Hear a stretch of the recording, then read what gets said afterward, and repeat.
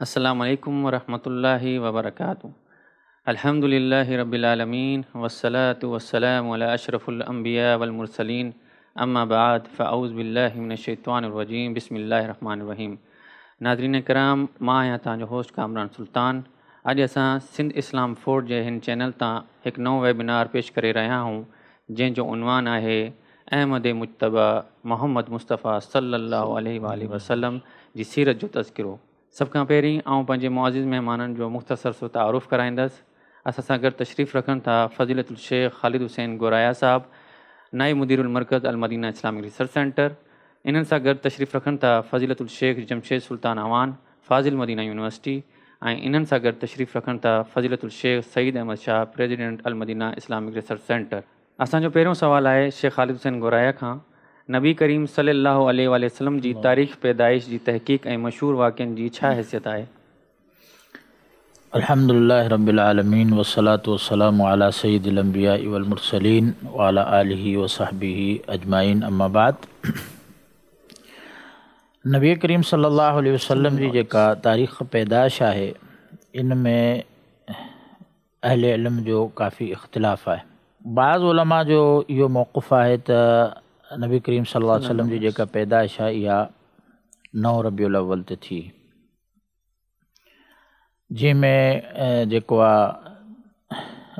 इब्न कसीर रहमतुल्लाह अलैह जो मौक़िफ़ इहो आहे त पाण सल्लल्लाहु अलैहि वसल्लम जी पैदाइश 10 रबीउल अव्वल ते थी, ऐं इब्न जरीर तबरी वग़ैरह 12 रबीउल अव्वल बि करार ॾिनी आहे। कुझु उलमा जो मौक़िफ़ इहा आहे त 8 तारीख़ आहे। हाणे इन्हनि तारीख़नि मां जेको सही तरीन ॻाल्हि कहिड़ी आहे कि कहिड़ी तारीख़ नबी करीम सल्लल्लाहु अलैहि वसल्लम जी जेका विलादत थी, त दर हक़ीक़त जेको आहे इहो जे तारीख़ जे हवाले सां ॾिठो वञे, ऐं हिकिड़े फ़ज़ीलतुल शेख जेको आहे महमूद तलात, उन्हनि जी तारीख़ जी किताब आहे तारीख़ दुवल अरब वल इस्लाम, उन में उन्हनि 9 तारीख़ खे इख़्तियार कयो आहे, ऐं अक्सर अहले इल्म जो बि इहो मौक़िफ़ आहे त 9 रबीउल अव्वल आहे। हाणे सही मौक़िफ़ बि इहो आहे त पाण सल्लल्लाहु अलैहि वसल्लम जी तारीख़ विलादत 9 रबीउल अव्वल आहे।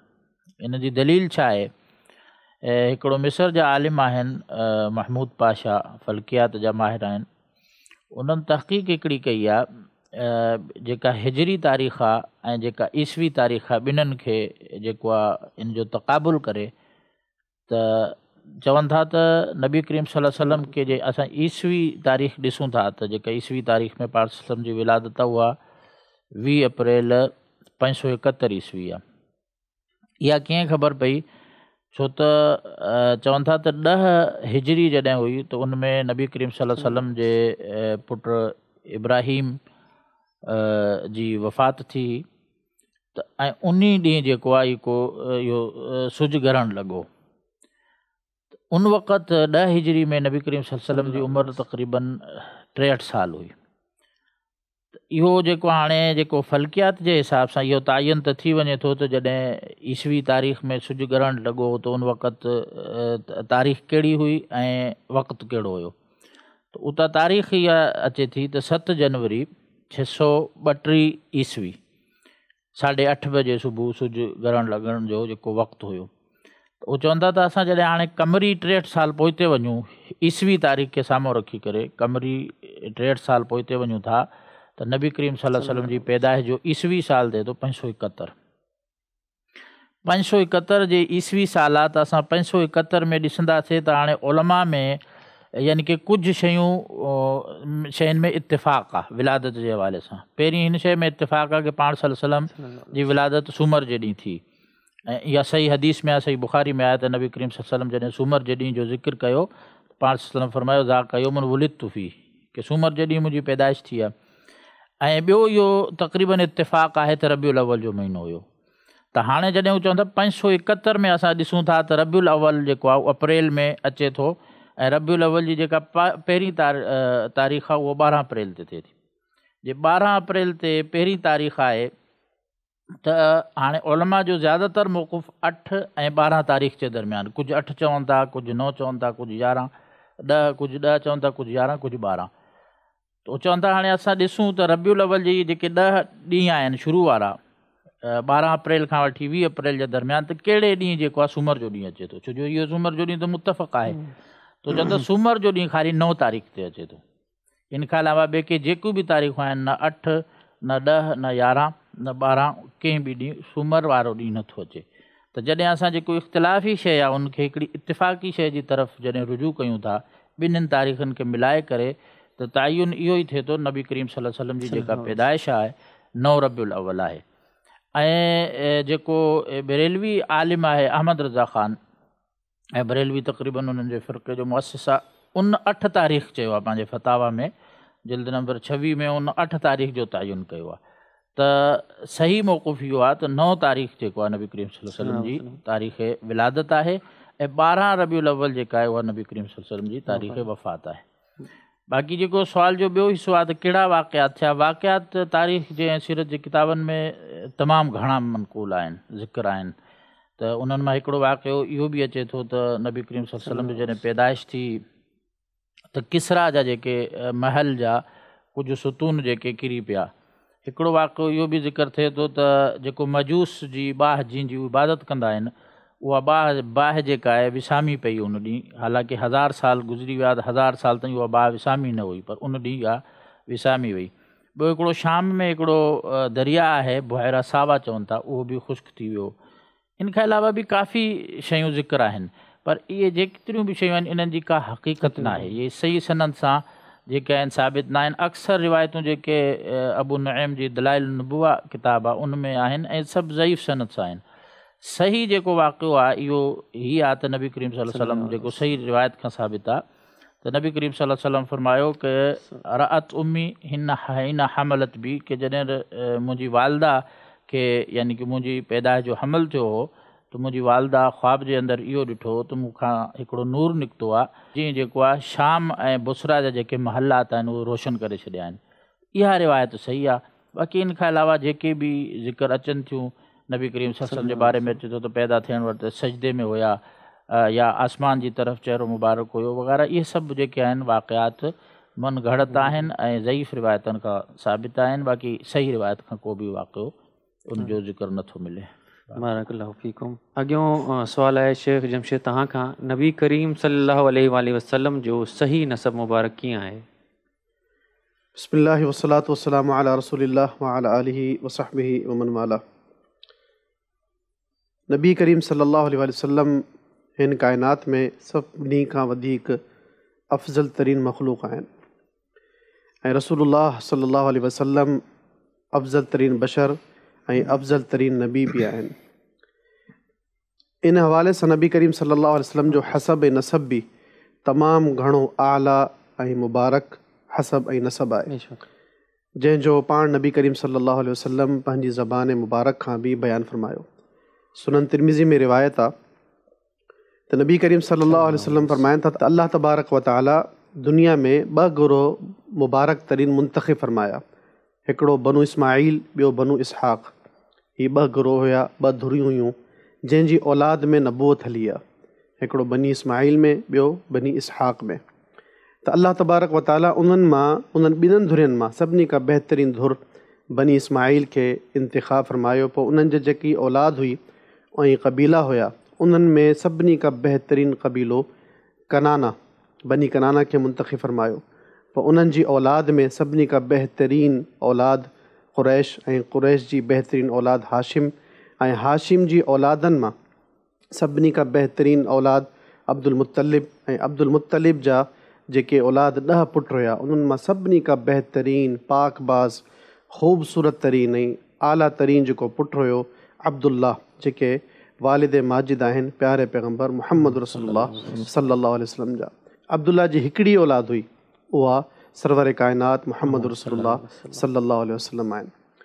हिन रिवायत में ई नबी करीम सल्लल्लाहु अलैहि वसल्लम पाण चवनि था त अल्लाह रब्बुल आलमीन उन्हनि घरनि मां, यानी क़ुरैश ऐं बनु हाशिम जे घरनि मां सभिनी खां बहितरीन घर जो इंतिख़ाब फ़रमायो आहे मुंहिंजी विलादत जे लाइ ऐं मुंहिंजे नसब जे लाइ।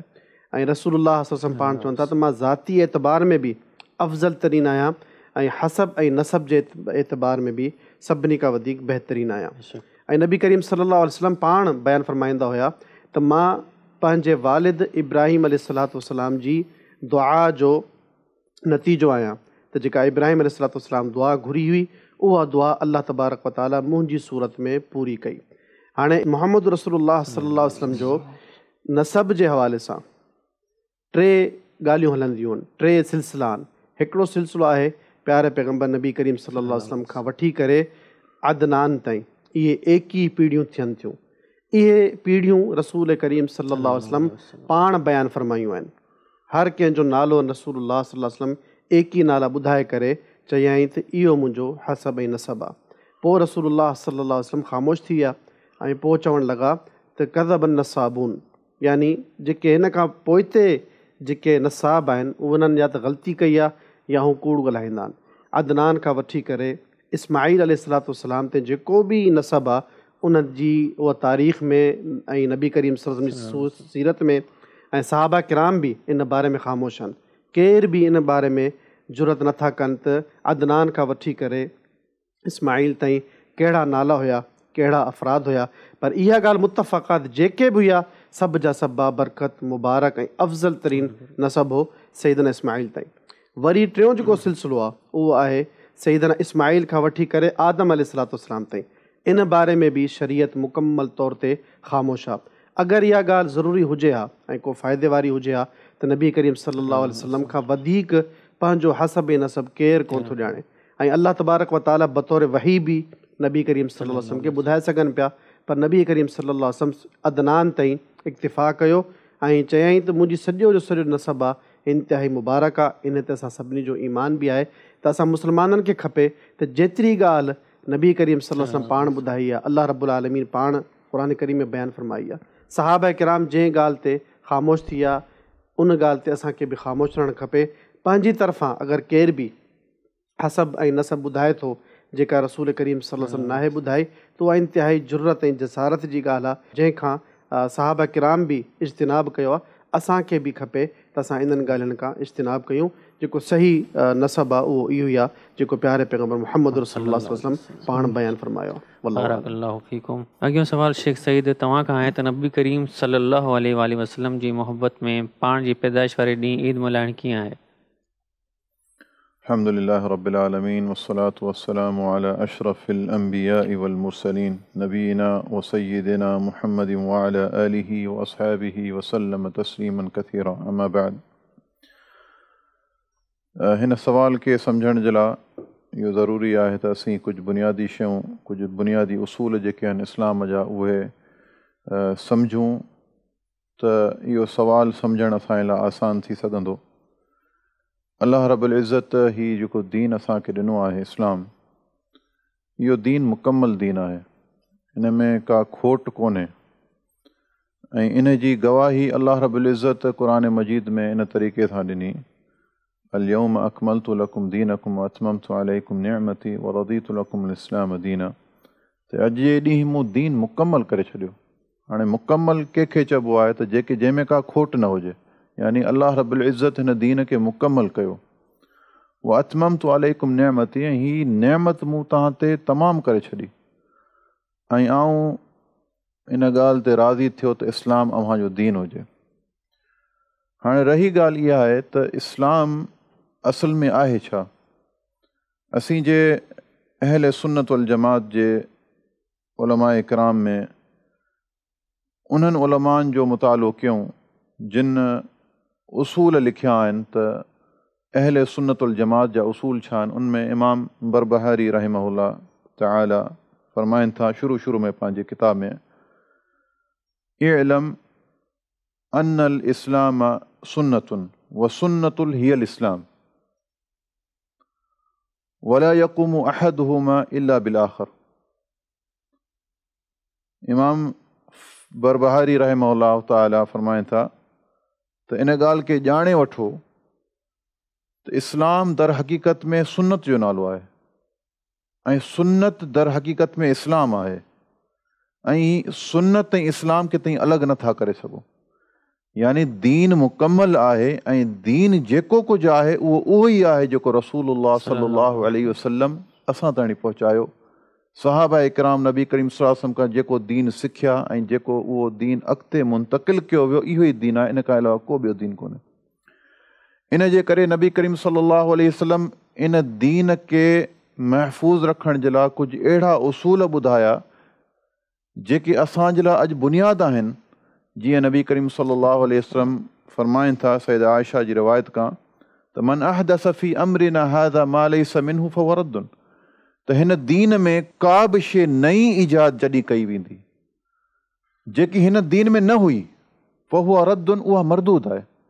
हिकिड़ी ॿी रिवायत में मुस्लिम जी सैयदा आयशा फरमाइनि थियूं नबी करीम सल्लल्लाहु अलैहि वसल्लम फरमायो मन अमिल अमलन, जंहिं इंसान को अहिड़ो अमल कयो लैस अलैहि अमरुना फहुव रद्दुन, जंहिं अमल जो असां हुकुम न ॾिनो त उहा मरदूद आहे। तंहिं करे इस्लाम मुकमल आहे, इन में को नक़्स न आहे।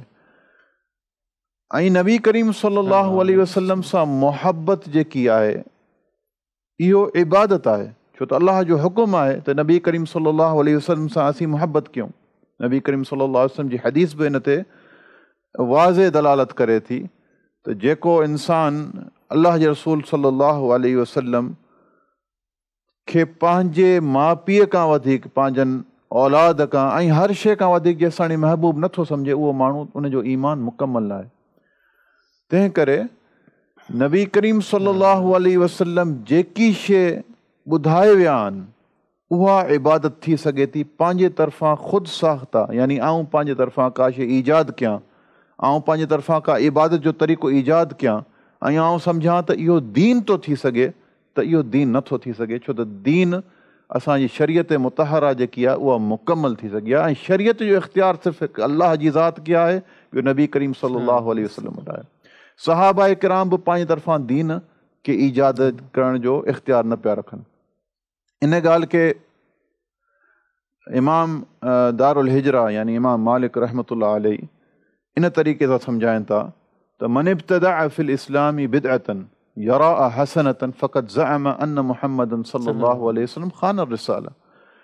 फरमाइण लॻा त जेको माण्हू इहो तसवुरु करे थो त मूं हिन इस्लाम में का नई शइ अहिड़ी ईजाद कई जेकी इबादत जे तौर ते को माण्हू नई का शइ ईजाद करे ऐं इहो गुमान रखणु लॻे त इन में बुराई छा आहे, बल्कि हीअ त बहितरीनु आहे, हीअ तमामु सुठी शइ आहे। फ़क़त ज़अम अन मुहम्मदन सल्लल्लाहु अलैहि वसल्लम खान रिसाला, इन तरीक़े सां इहो अमल पंहिंजे तरफ़ां ईजाद करे ॼण त नबी करीम सल्लल्लाहु अलैहि वसल्लम त इहो बहतान लॻायो त नबी करीम सल्लल्लाहु अलैहि वसल्लम नअूज़ु बिल्लाह मिन ज़ालिक रिसालत में ख़यानत कई आहे। ऐं दलील जे तौर ते इमाम मालिक फरमाइनि था इहा आयत जेकी मूं तव्हांजे साम्हूं पहिरियों तिलावत कई, अल-यौम अकमलतु लकुम दीनकुम व अतममतु अलैकुम निअमती व रज़ीतु लकुम इस्लाम दीना, दीन त मुकमल थी चुकियो। ऐं फरमाइण लॻा मा लम यकुन यौम इदिन दीनन, जेकी इबादत या जेकी बि शइ अवी अॼु पंहिंजे तरफ़ां ईजाद कयो था, जेकी उन ज़माने में यानी नबी करीम सल्लल्लाहु अलैहि वसल्लम जे ज़माने में दीन न हुई, उहो अॼु दीन नथी थी सघे। यानी दीन उहो ई आहे जेको अलाह जे रसूल सल्लल्लाहु अलैहि वसल्लम असांखे जेको ॾेई विया, इहो दीन। इन जे करे नबी करीम सल्लल्लाहु अलैहि वसल्लम पंहिंजे ख़ुतबनि में अक्सर इहा बयानु फरमाईंदा हुआ व शर्रुल उमूरी मुहदसातुहा, नबी करीम सल्लल्लाहु अलैहि वसल्लम फरमाईंदा त बदतरीन शइ जेकी आहे, बदतरीन ॻाल्हि उहा आहे त हिन दीन में का नई शइ ईजाद कयो। व शर्रुल उमूरी मुहदसातुहा, मुहदसात चइबो आहे के नई शइ खे ईजाद करणु, हदस चइबो आहे के नई शइ खे ईजाद करणु, यानी बदतरीन शइ इहा आहे त हिन दीन में का नई शइ ईजाद कई वञे। व कुल्लु मुहदसतिन बिदअ, ऐं हर जेकी नई शइ आहे, हर नई शइ बिदअत आहे। ऐं व कुल्लु बिदअतिन दलाला, ऐं हर नई शइ गुमराही आहे। इहो कोन चवनि त का शइ बिदअत हसन आहे ऐं का शइ जेकी आहे बिदअत जेकी आहे सही आहे, यानी का बुरी बिदअत आहे का सुठी बिदअत। नबी करीम सल्लल्लाहु अलैहि वसल्लम सादिक़ अल मस्दूक़ जेके अफ़सहुल कलाम आहिनि, यानी बहितरीन ॻाल्हि कंदड़ आहिनि, अरबी ज़बान खे वधीक मां वधीक सम्झंदड़ आहिनि, उहे जॾहिं चवंदा कुल्लु बिदअतिन दलाला, यानी हर नई शइ हिन दीन में गुमराही आहे। यानी इहो इख़्तियार कंहिंखे ॾिनो ई कोन वियो त हिन दीन में का खोट पैदा करे या हिन दीन में जेकी आहे का नई शइ शामिलु करे। त इन तरीक़े सां जेको अव्हां सुवालु कयो आहे त नबी करीम सल्लल्लाहु अलैहि वसल्लम सां मुहबत रखी इन ॾींहं खे मल्हाइण, रबीउल अवल में मौलूद जो ॾींहुं या ईद मिलाद नबी जो ॾींहुं मल्हाइण, इहो कीअं आहे? त इहो सुवालु इन सॼे बुनियादी उसूलनि खे सम्झण खां पोइ इंसानु सम्झी सघे थो त छा नबी करीम सल्लल्लाहु अलैहि वसल्लम पंहिंजी 23 साला ज़िंदगीअ में छा कंहिं हिकिड़े ॾींहं ते रबीउल अवल में नबी करीम सल्लल्लाहु अलैहि वसल्लम इहो ॾींहुं मल्हायो आहे?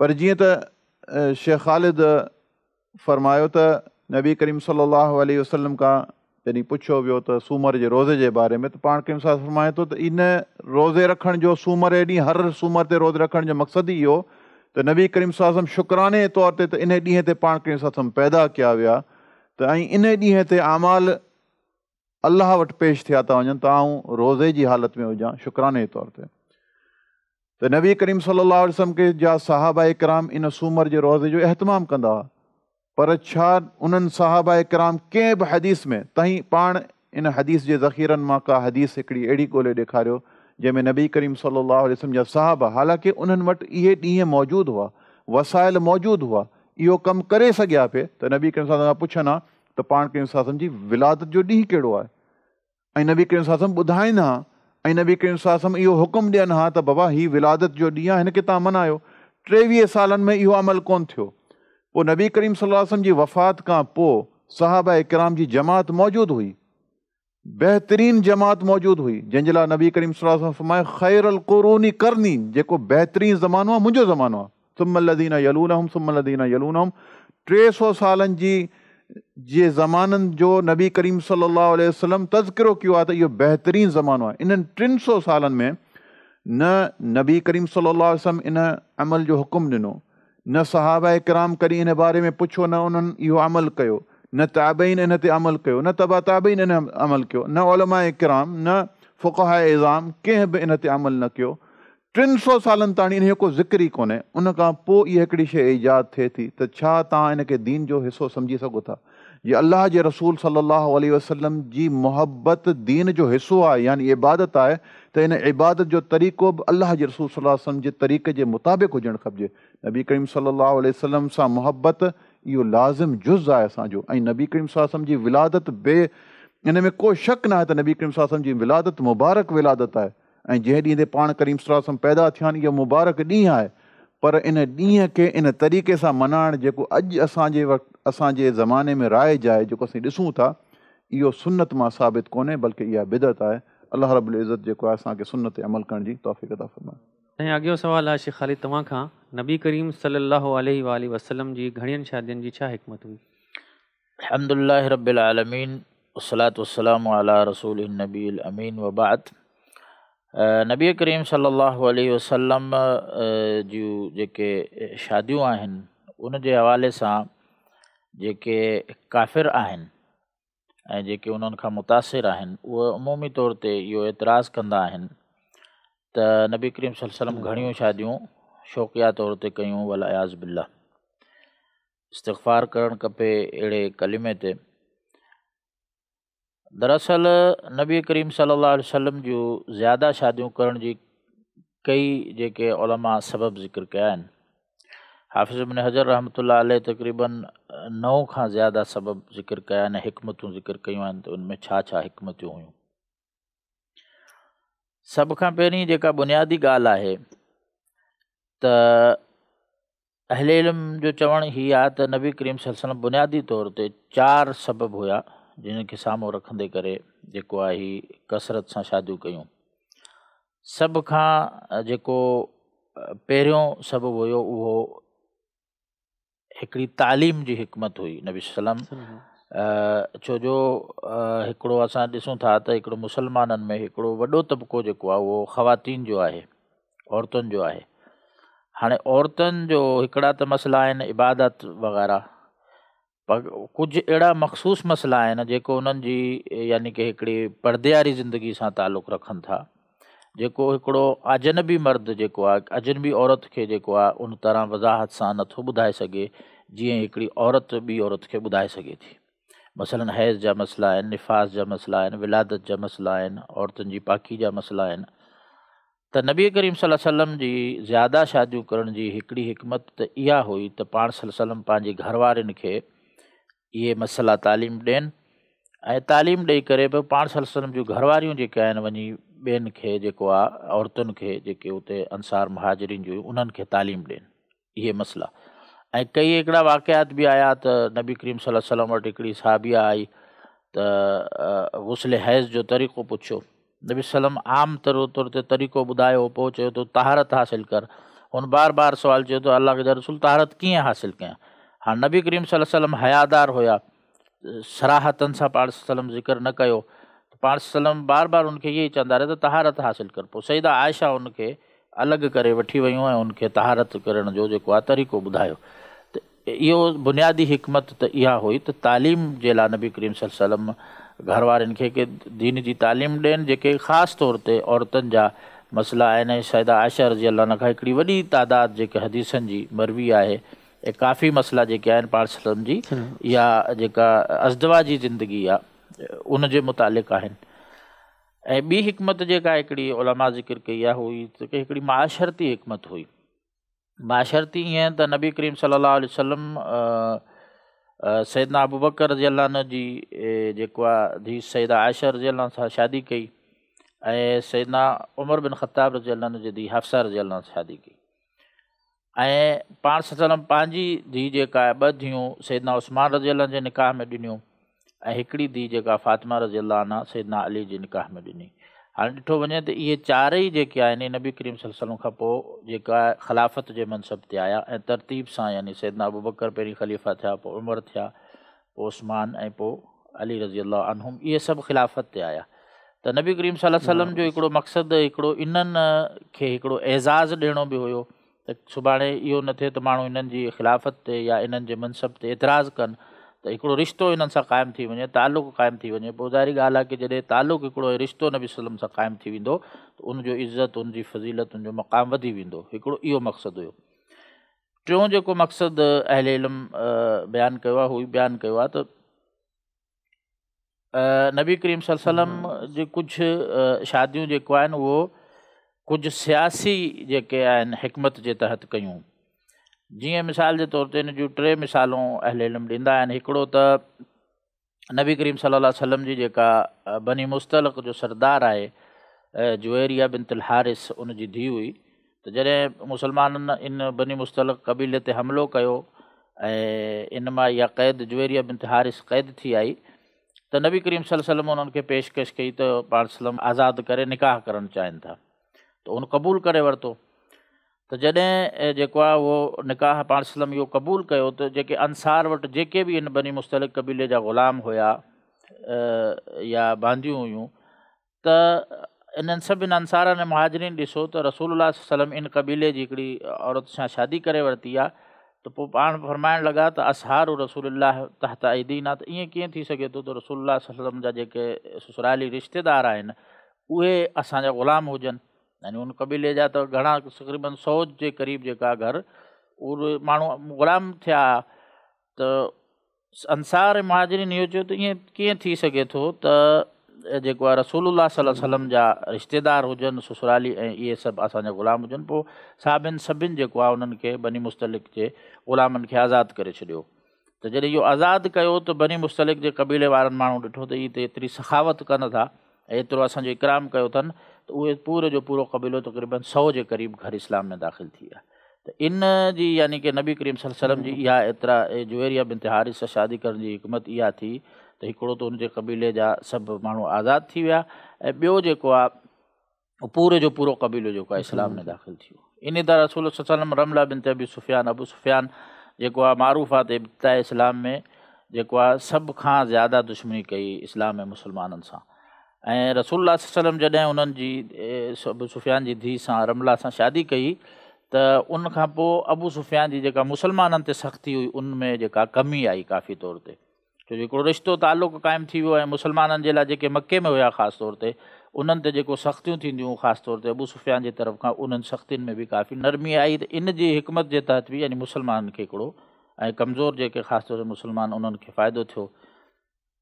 इन तरह सफ़िया बिनत हुयई सां नबी करीम सल्लल्लाहु अलैहि वसल्लम शादी कई, त उन्हनि खे बि नबी करीम सल्लल्लाहु अलैहि वसल्लम जॾहिं शादी कई त उनजी शादी जे बि जेके उनजे क़बीले ते काफ़ी असरात आया ऐं उन्हनि जा जेके माण्हू आहिनि जेके इस्लाम में दाख़िल थिया। हिकिड़ी त यानी कि इहा जेका ज़िक्र कई त हिकिड़ो तालीमी हिकमत हुई, हिकिड़ो इहा माशरती हिकमत हुई, ऐं ॿी हिकिड़ी हिकमत अहले इल्म ज़िक्र कनि था उहो हीअ आहे त कुझु अरब में अहिड़ियूं आदतूं अची वियूं हुयूं जेके सरासर इस्लाम जे ख़िलाफ़ु हुयूं, पर उहे एतिरियूं मज़बूत थी वियूं त केर बि हिमत न पियो करे त उन्हनि आदतनि खे ख़तमु करे टोड़े।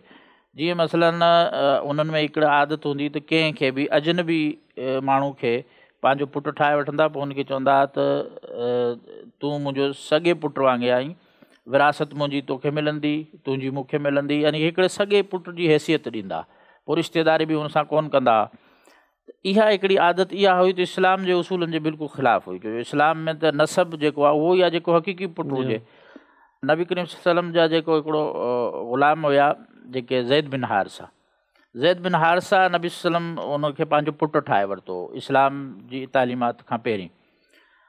त जॾहिं नबी सल्लम उन्हनि खे पंहिंजो पुटु ठाहियो त पोइ ज़ैनब बिनत जहश सां हिकिड़े कुरैशी हुई, उन सां शादी कराए छॾी हुनजी।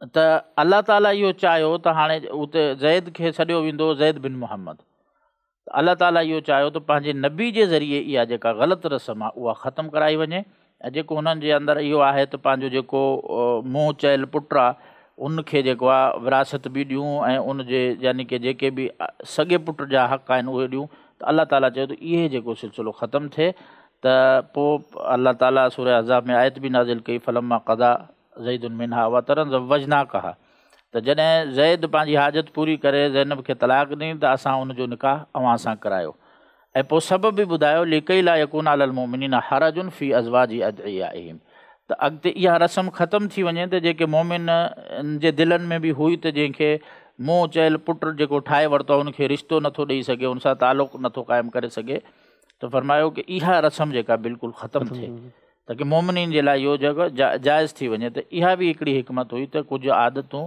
जेके नबी करीम सल्लल्लाहु अलैहि वसल्लम ख़तमु करणु चाहिनि पिया, त उन्हनि इन ज़रिए जेका इहा शादी जॾहिं थी त सभिनि अहले ईमान खे ख़बर पइजी वई त जेको मुंहुं चयल पुटु आहे उनजा उहे हक़ न आहिनि जेके सॻे पुट जा हूंदा आहिनि, न विरासत में ऐं न जेको आहे हुरमत वारे रिश्तनि में।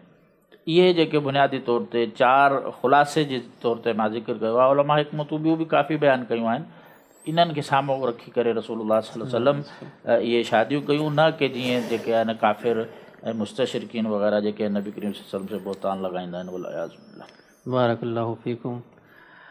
अॻियों सुवालु आहे शेख जमशेद तव्हां खां त नबी करीम सल्लल्लाहु अलैहि वसल्लम सां मोहबत कीअं कजे?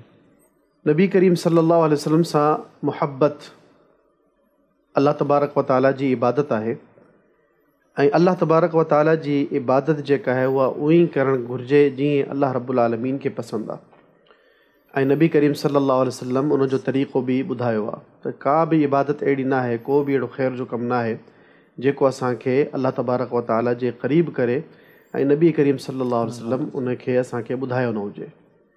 हाणे अल्लाह ताला जे प्यारे रसूल जी जेका मोहब्बत उहो का आम मोहब्बत न आहे त कंहिं बि आम शख़्स सां मोहब्बत या इश्क़ अहिड़ा लफ़्ज़ इंसानु इस्तेमालु करे, न, नबी करीम सल्लल्लाहु अलैहि वसल्लम जी मोहब्बत ईअं करणु घुरिजे जीअं अल्लाह रब्बुल आलमीन नबी करीम सल्लल्लाहु अलैहि वसल्लम जे ज़रिए असां ताईं पहुचाई आहे, ऐं सहाबा किराम उन मोहब्बत खे करे ॾेखारियो आहे। छो त अल्लाह रब्बुल आलमीन क़ुरान मजीद में तमामु इंसाननि खे दावत ॾिनी आहे, फ़इन आमनू बि मिस्ली मा आमनतुम बि फ़क़द इहतदऊ, त ए माण्हू जेके आहिनि इहे ईमान सहाबा किराम वांगुरु वठी अचनि, सहाबा किराम जहिड़ा मोमिन थियनि त तॾहिं इहे हिदायत आहिनि। अगरि सहाबा किराम जहिड़ी मोहब्बत न आहे असांजी प्यारे पैगम्बर सां त असांजी मोहब्बत जो को फ़ाइदो कोन्हे को। हाणे ॾिसणु खपे असांखे त सहाबा किराम नबी करीम सल्लल्लाहु अलैहि वसल्लम सां कीअं मोहब्बत कई।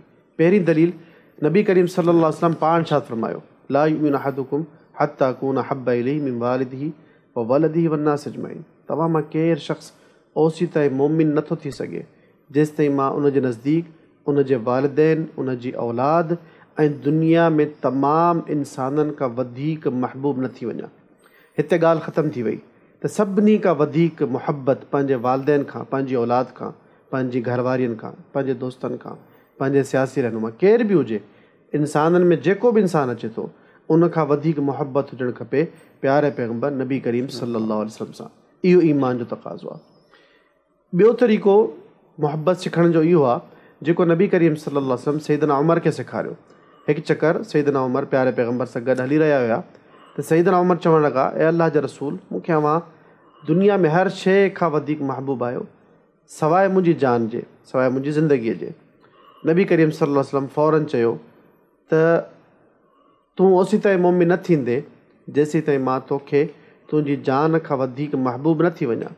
सैयदना उमर फ़ौरन सोचे सम्झे ॻाल्हायो त वल्लाही अल्लाह जो कसम आहे, अॼु खां पोइ तव्हां मूंखे दुनिया में हर शइ खां वधीक महबूब आहियो, मुंहिंजी जान खां वधीक बि।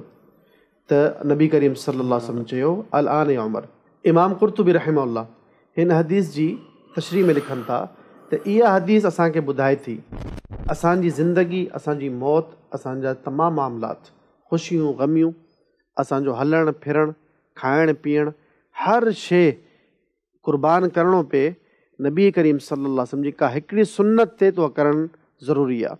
अगरि इंसानु नबी करीम सल्लल्लाहु अलैहि वसल्लम सां मुहबत नथो करे ऐं का बि अहिड़ी शइ, का आदत आहे, का खाइण जी शइ, माल जी मोहबत, घरनि जी मोहबत, माइयुनि जी मोहबत, का बि मोहबत अगरि नबी करीम सल्लल्लाहु अलैहि वसल्लम जे कंहिं बि हुकुम या कंहिं बि सुन्नत जी मुखालिफ़त में अचे थी त उहो जेको तक़ाज़ो आहे जेको सैयदना उमर खे प्यारे पैगम्बर ॾसियो हो उन खां इंसानु हटी थो वञे।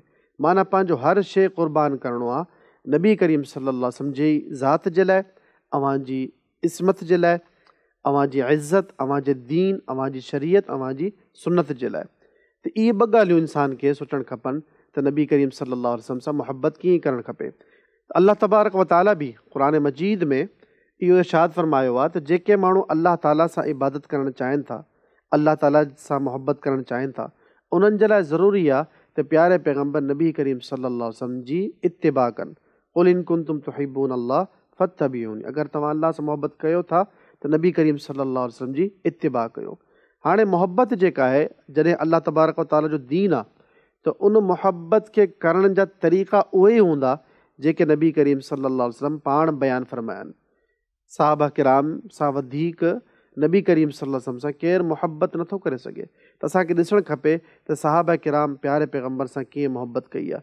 इत्तिबा में, क़ुर्बानी में, इताअत में, हर मामले में रसूल करीम सल्लल्लाहु अलैहि वसल्लम जी इत्तिबा, इताअत, उन्हनि जे दीन जे लाइ हर शइ क़ुर्बान करे छॾी। इहा दर हक़ीक़त सही तरीक़ो आहे नबी करीम सल्लल्लाहु अलैहि वसल्लम सां मुहबत करण जो। इहो न आहे त निमाज़ असांखे न आहे पढ़णी, ज़कात न आहे ॾियणी, हज न आहे करणु, रोज़ा न आहिनि रखणा, पर असां नारा हणूं। नारा कंहिं बि कोन हुया, न साहबा किरामनि मां, न को कंहिं जुलूस कढिया, न को कंहिं रैलियूं कढियूं। अॼु असां ज़री ज़री ॻाल्हि ते चवंदा आहियूं त जान क़ुर्बान आहे, पर जान क़ुर्बान बि कोन कंदा। छो त जेको इंसानु नमाज़ नथो पढ़े सघे, जेको रसूल करीम सल्लल्लाहु अलैहि वसल्लम जे लाइ हराम शयूं नथो छॾे सघे, मुहबत में रसूल करीम जी सुन्नत खे नथो इंतिख़ाब करे सघे, ॾाढी मुबारक आहे उहो नथो रखे सघे, उन्हनि जे दावे जी हैसियत कमज़ोर थींदी वेंदी। एतिरे क़दुरु जेतिरी सुन्नत खां, शरीयत खां ऐं नबी करीम सल्लल्लाहु अलैहि वसल्लम जे तरीक़े खां परे रहंदो, ओतिरी मुहबत घटि आहे। हक़ीक़ी ताल्लुक़ इहो आहे, हक़ीक़ी मुहबत उहा आहे जेका रसूल करीम सल्लल्लाहु अलैहि वसल्लम जी इत्तिबा ऐं उन्हनि जी इताअत में आहे ऐं उन्हनि में ई मुहबत आहे। उमेदु आहे त इंशाअल्लाह जवाबु काफ़ी शाफ़ी आहे इंशाअल्लाह। अॻियों सवाल शेख ख़ालिद तव्हां खां आहे त छा मेराज जे मौक़े ते नबी करीम सल्लल्लाहु अलैहि वसल्लम जिन अल्लाह ताला खे ॾिठो हो? अल्हम्दुलिल्लाह वकफ़ा वस्सलातु वस्सलामु अला रसूलिल्लाह व बाद। असहाब नबी करीम सल्लल्लाहु अलैहि वसल्लम जो तक़रीबन इन ॻाल्हि ते इत्तिफ़ाक़ आहे त नबी करीम सल्लल्लाहु अलैहि वसल्लम मेराज जे मौक़े ते अल्लाह ताला खे पंहिंजी अखियुनि सां न ॾिठो। छो जो अल्लाह ताला क़ुरान मजीद में इरशाद फ़रमाइनि था त ला तुदरिकुहुल अब्सार, अखियूं जेके आहिनि अल्लाह ताला खे, यानी कि दुनिया जी ज़िंदगी जे मुताबिक़ अल्लाह ताला खे नथियूं ॾिसी सघनि। मूसा अलैहिस्सलाम अल्लाह ताला खां गुज़ारिश कई हुई कि अरिनी अंज़ुर इलैक, मुंहिंजी ख़्वाहिश आहे त अल्लाह ताला मां तोखे ॾिसां। अल्लाह रब्बुल आलमीन फ़रमायो त जबल जे ॾिस इन इस्तक़र्र मकानहु सौफ़ तरानी, कि जे जबल पंहिंजी जाइ ते बीठो रहियो त मूंखे तूं ॾिसी वठंदे मूसा अलैहिस्सलाम। त जॾहिं पोइ अल्लाह ताला तजली ॾेखारी जबल खे त जबल जेको आहे ज़रो ज़रो थी वियो त मूसा अलैहिस्सलाम बेहोश थी विया। त मक़सदु इहो आहे त आख़िरत में अल्लाह ताला जो दीदार थींदो वफ़ात खां पोइ जेको आहे जन्नत में इंशाअल्लाह मोमिनीन खे बि दीदार थींदो। पर इहो जेका इंसान जी ज़िंदगी आहे, इन ज़िंदगी में अल्लाह ताला इहो ई फरमाए थो ला तुदरिकुल अब्सार, अखियूं उनखे ॾिसी नथियूं सघनि। ऐं सैदा आयशा रज़ी अल्लाह अन्हा जी हिकिड़ी हदीस बि आहे कि फरमान थियूं त जंहिं बि इहा ॻाल्हि कई त नबी करीम सल्लल्लाहु अलैहि वसल्लम जेको आहे पंहिंजे रब खे ॾिठो आहे मेराज जे मौक़े ते, फ़क़त कज़ब, उन कूड़ ॻाल्हायो, छो त अल्लाह ताला फरमाए थो कि ला तुदरिकुल अब्सार, कि अखियूं उनखे नथियूं ॾिसी सघनि। हा, सैदना इब्न अब्बास रज़ी अल्लाह अन्हु खां हिकिड़ी रिवायत आहे जंहिं में हू बयानु कनि था त रआहू बिफुआदिही, त उन यानी कि नबी सल्लल्लाहु अलैहि वसल्लम अल्लाह ताला खे पंहिंजे दिलि सां ॾिठो। त इहो बि हिते दिलि सां ॾिसण जी यानी कि अखियुनि जी ॾिसण जी उते बि वज़ाहत नाहे इब्न अब्बास जी रिवायत में बि। इन खां अलावा पोइ अहले इल्म इहो बि फरमाइनि था त इहो मेराज जो जेको वाक़िओ हुयो इहो अल्लाह ताला हिकिड़ो जो नबी सल्लम जी तारीख़ में अल्लाह ताला हिकिड़ो अज़ीम वाक़िओ क़रार ॾिनो आहे। त जे अल्लाह ताला जो दीदार थियो हुजे आहे नबी करीम सल्लम खे, त अल्लाह ताला सभ खां पहिरीं इन्ही जो ज़िक्र करे आहे।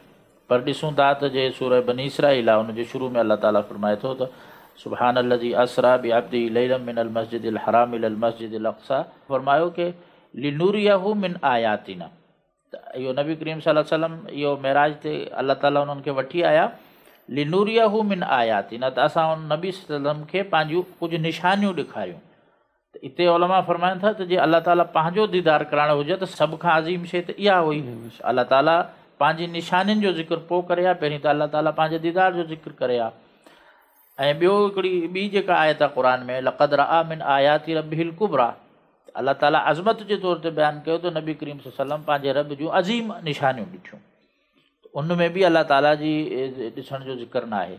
इन्हनि क़ुर जी आयतनि मां ॾिसी करे ऐं सैदा आयशा जी जेका हदीस आहे उनजी रोशनी में ऐं सहाबा जो जेको मौक़िफ़ आहे अमूमी तौर ते उनजी रोशनी में इहो ई क़ौल सही ऐं राजे आहे त नबी करीम सल्लम पंहिंजी अखियुनि सां अल्लाह ताला खे मेराज जे मौक़े ते न ॾिठो आहे। हा, हम कलाम थिया आहिनि रसूलुल्लाह सल्लल्लाहु अलैहि वसल्लम, पर ॾिसण जो जेको आहे कंहिं सही रिवायत में इन जो ज़िक्र मौजूदु न आहे। वल्लाहु आलम बिस्सवाब। जज़ाकुमुल्लाहु खैरा।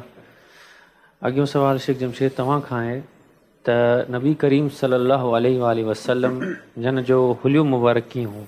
नबी करीम सल्लल्लाहु अलैहि वसल्लम जो हुलियो मुबारक बयानु करणु इहो हिकिड़ो ॾाढो मुश्किल मरहलो आहे। पाण सल्लल्लाहु अलैहि वसल्लम इन काइनात में अफ़ज़ल तरीन मख़लूक़ हुया ऐं अल्लाह जे रसूल सल्लल्लाहु अलैहि वसल्लम खे जेको हुस्न ॾिनो वियो हो उहो बि अज़ीम तरीन हुस्न हुयो। अल्लाह तबारक व तआला जी तख़लीक़ उहा केतिरी अज़ीम आहे, इन इंसान पंहिंजी नज़र खां ॾिसे थो त जेका अफ़ज़ल तरीन मख़लूक़ हूंदी तमामु तर मख़लूक़ात खां, उहा नबी करीम सल्लल्लाहु अलैहि वसल्लम जी ज़ात बाबरकत आहे। तव्हांजे हुस्न जो छा कमाल ऐं छा हुस्न हूंदो। सहाबा किराम में बि कई सहाबा किराम चवंदा हुआ त असां नबी करीम सल्लल्लाहु अलैहि वसल्लम खे अखि भरे ॾिसी न सघंदा हुआसीं। रसूलुल्लाह सल्लल्लाहु अलैहि वसल्लम जो एॾो हुस्न ऐं जमाल हुयो। सैयदना जाबिर बिन समरा रज़ी अल्लाह तआला अन्हु फरमाइनि था त हिकु चकर राति जो वक़्तु हुयो त मां नबी करीम सल्लल्लाहु अलैहि वसल्लम खे ॾिठो। पाण सल्लल्लाहु अलैहि वसल्लम ॻाढ़े जिबे में हुया ऐं चांडुकी राति हुई। त मां कॾहिं चंड खे ॾिसां पियो ऐं कॾहिं मां प्यारे पैगम्बर जे चहिरे मुबारक ॾे ॾिसां पियो।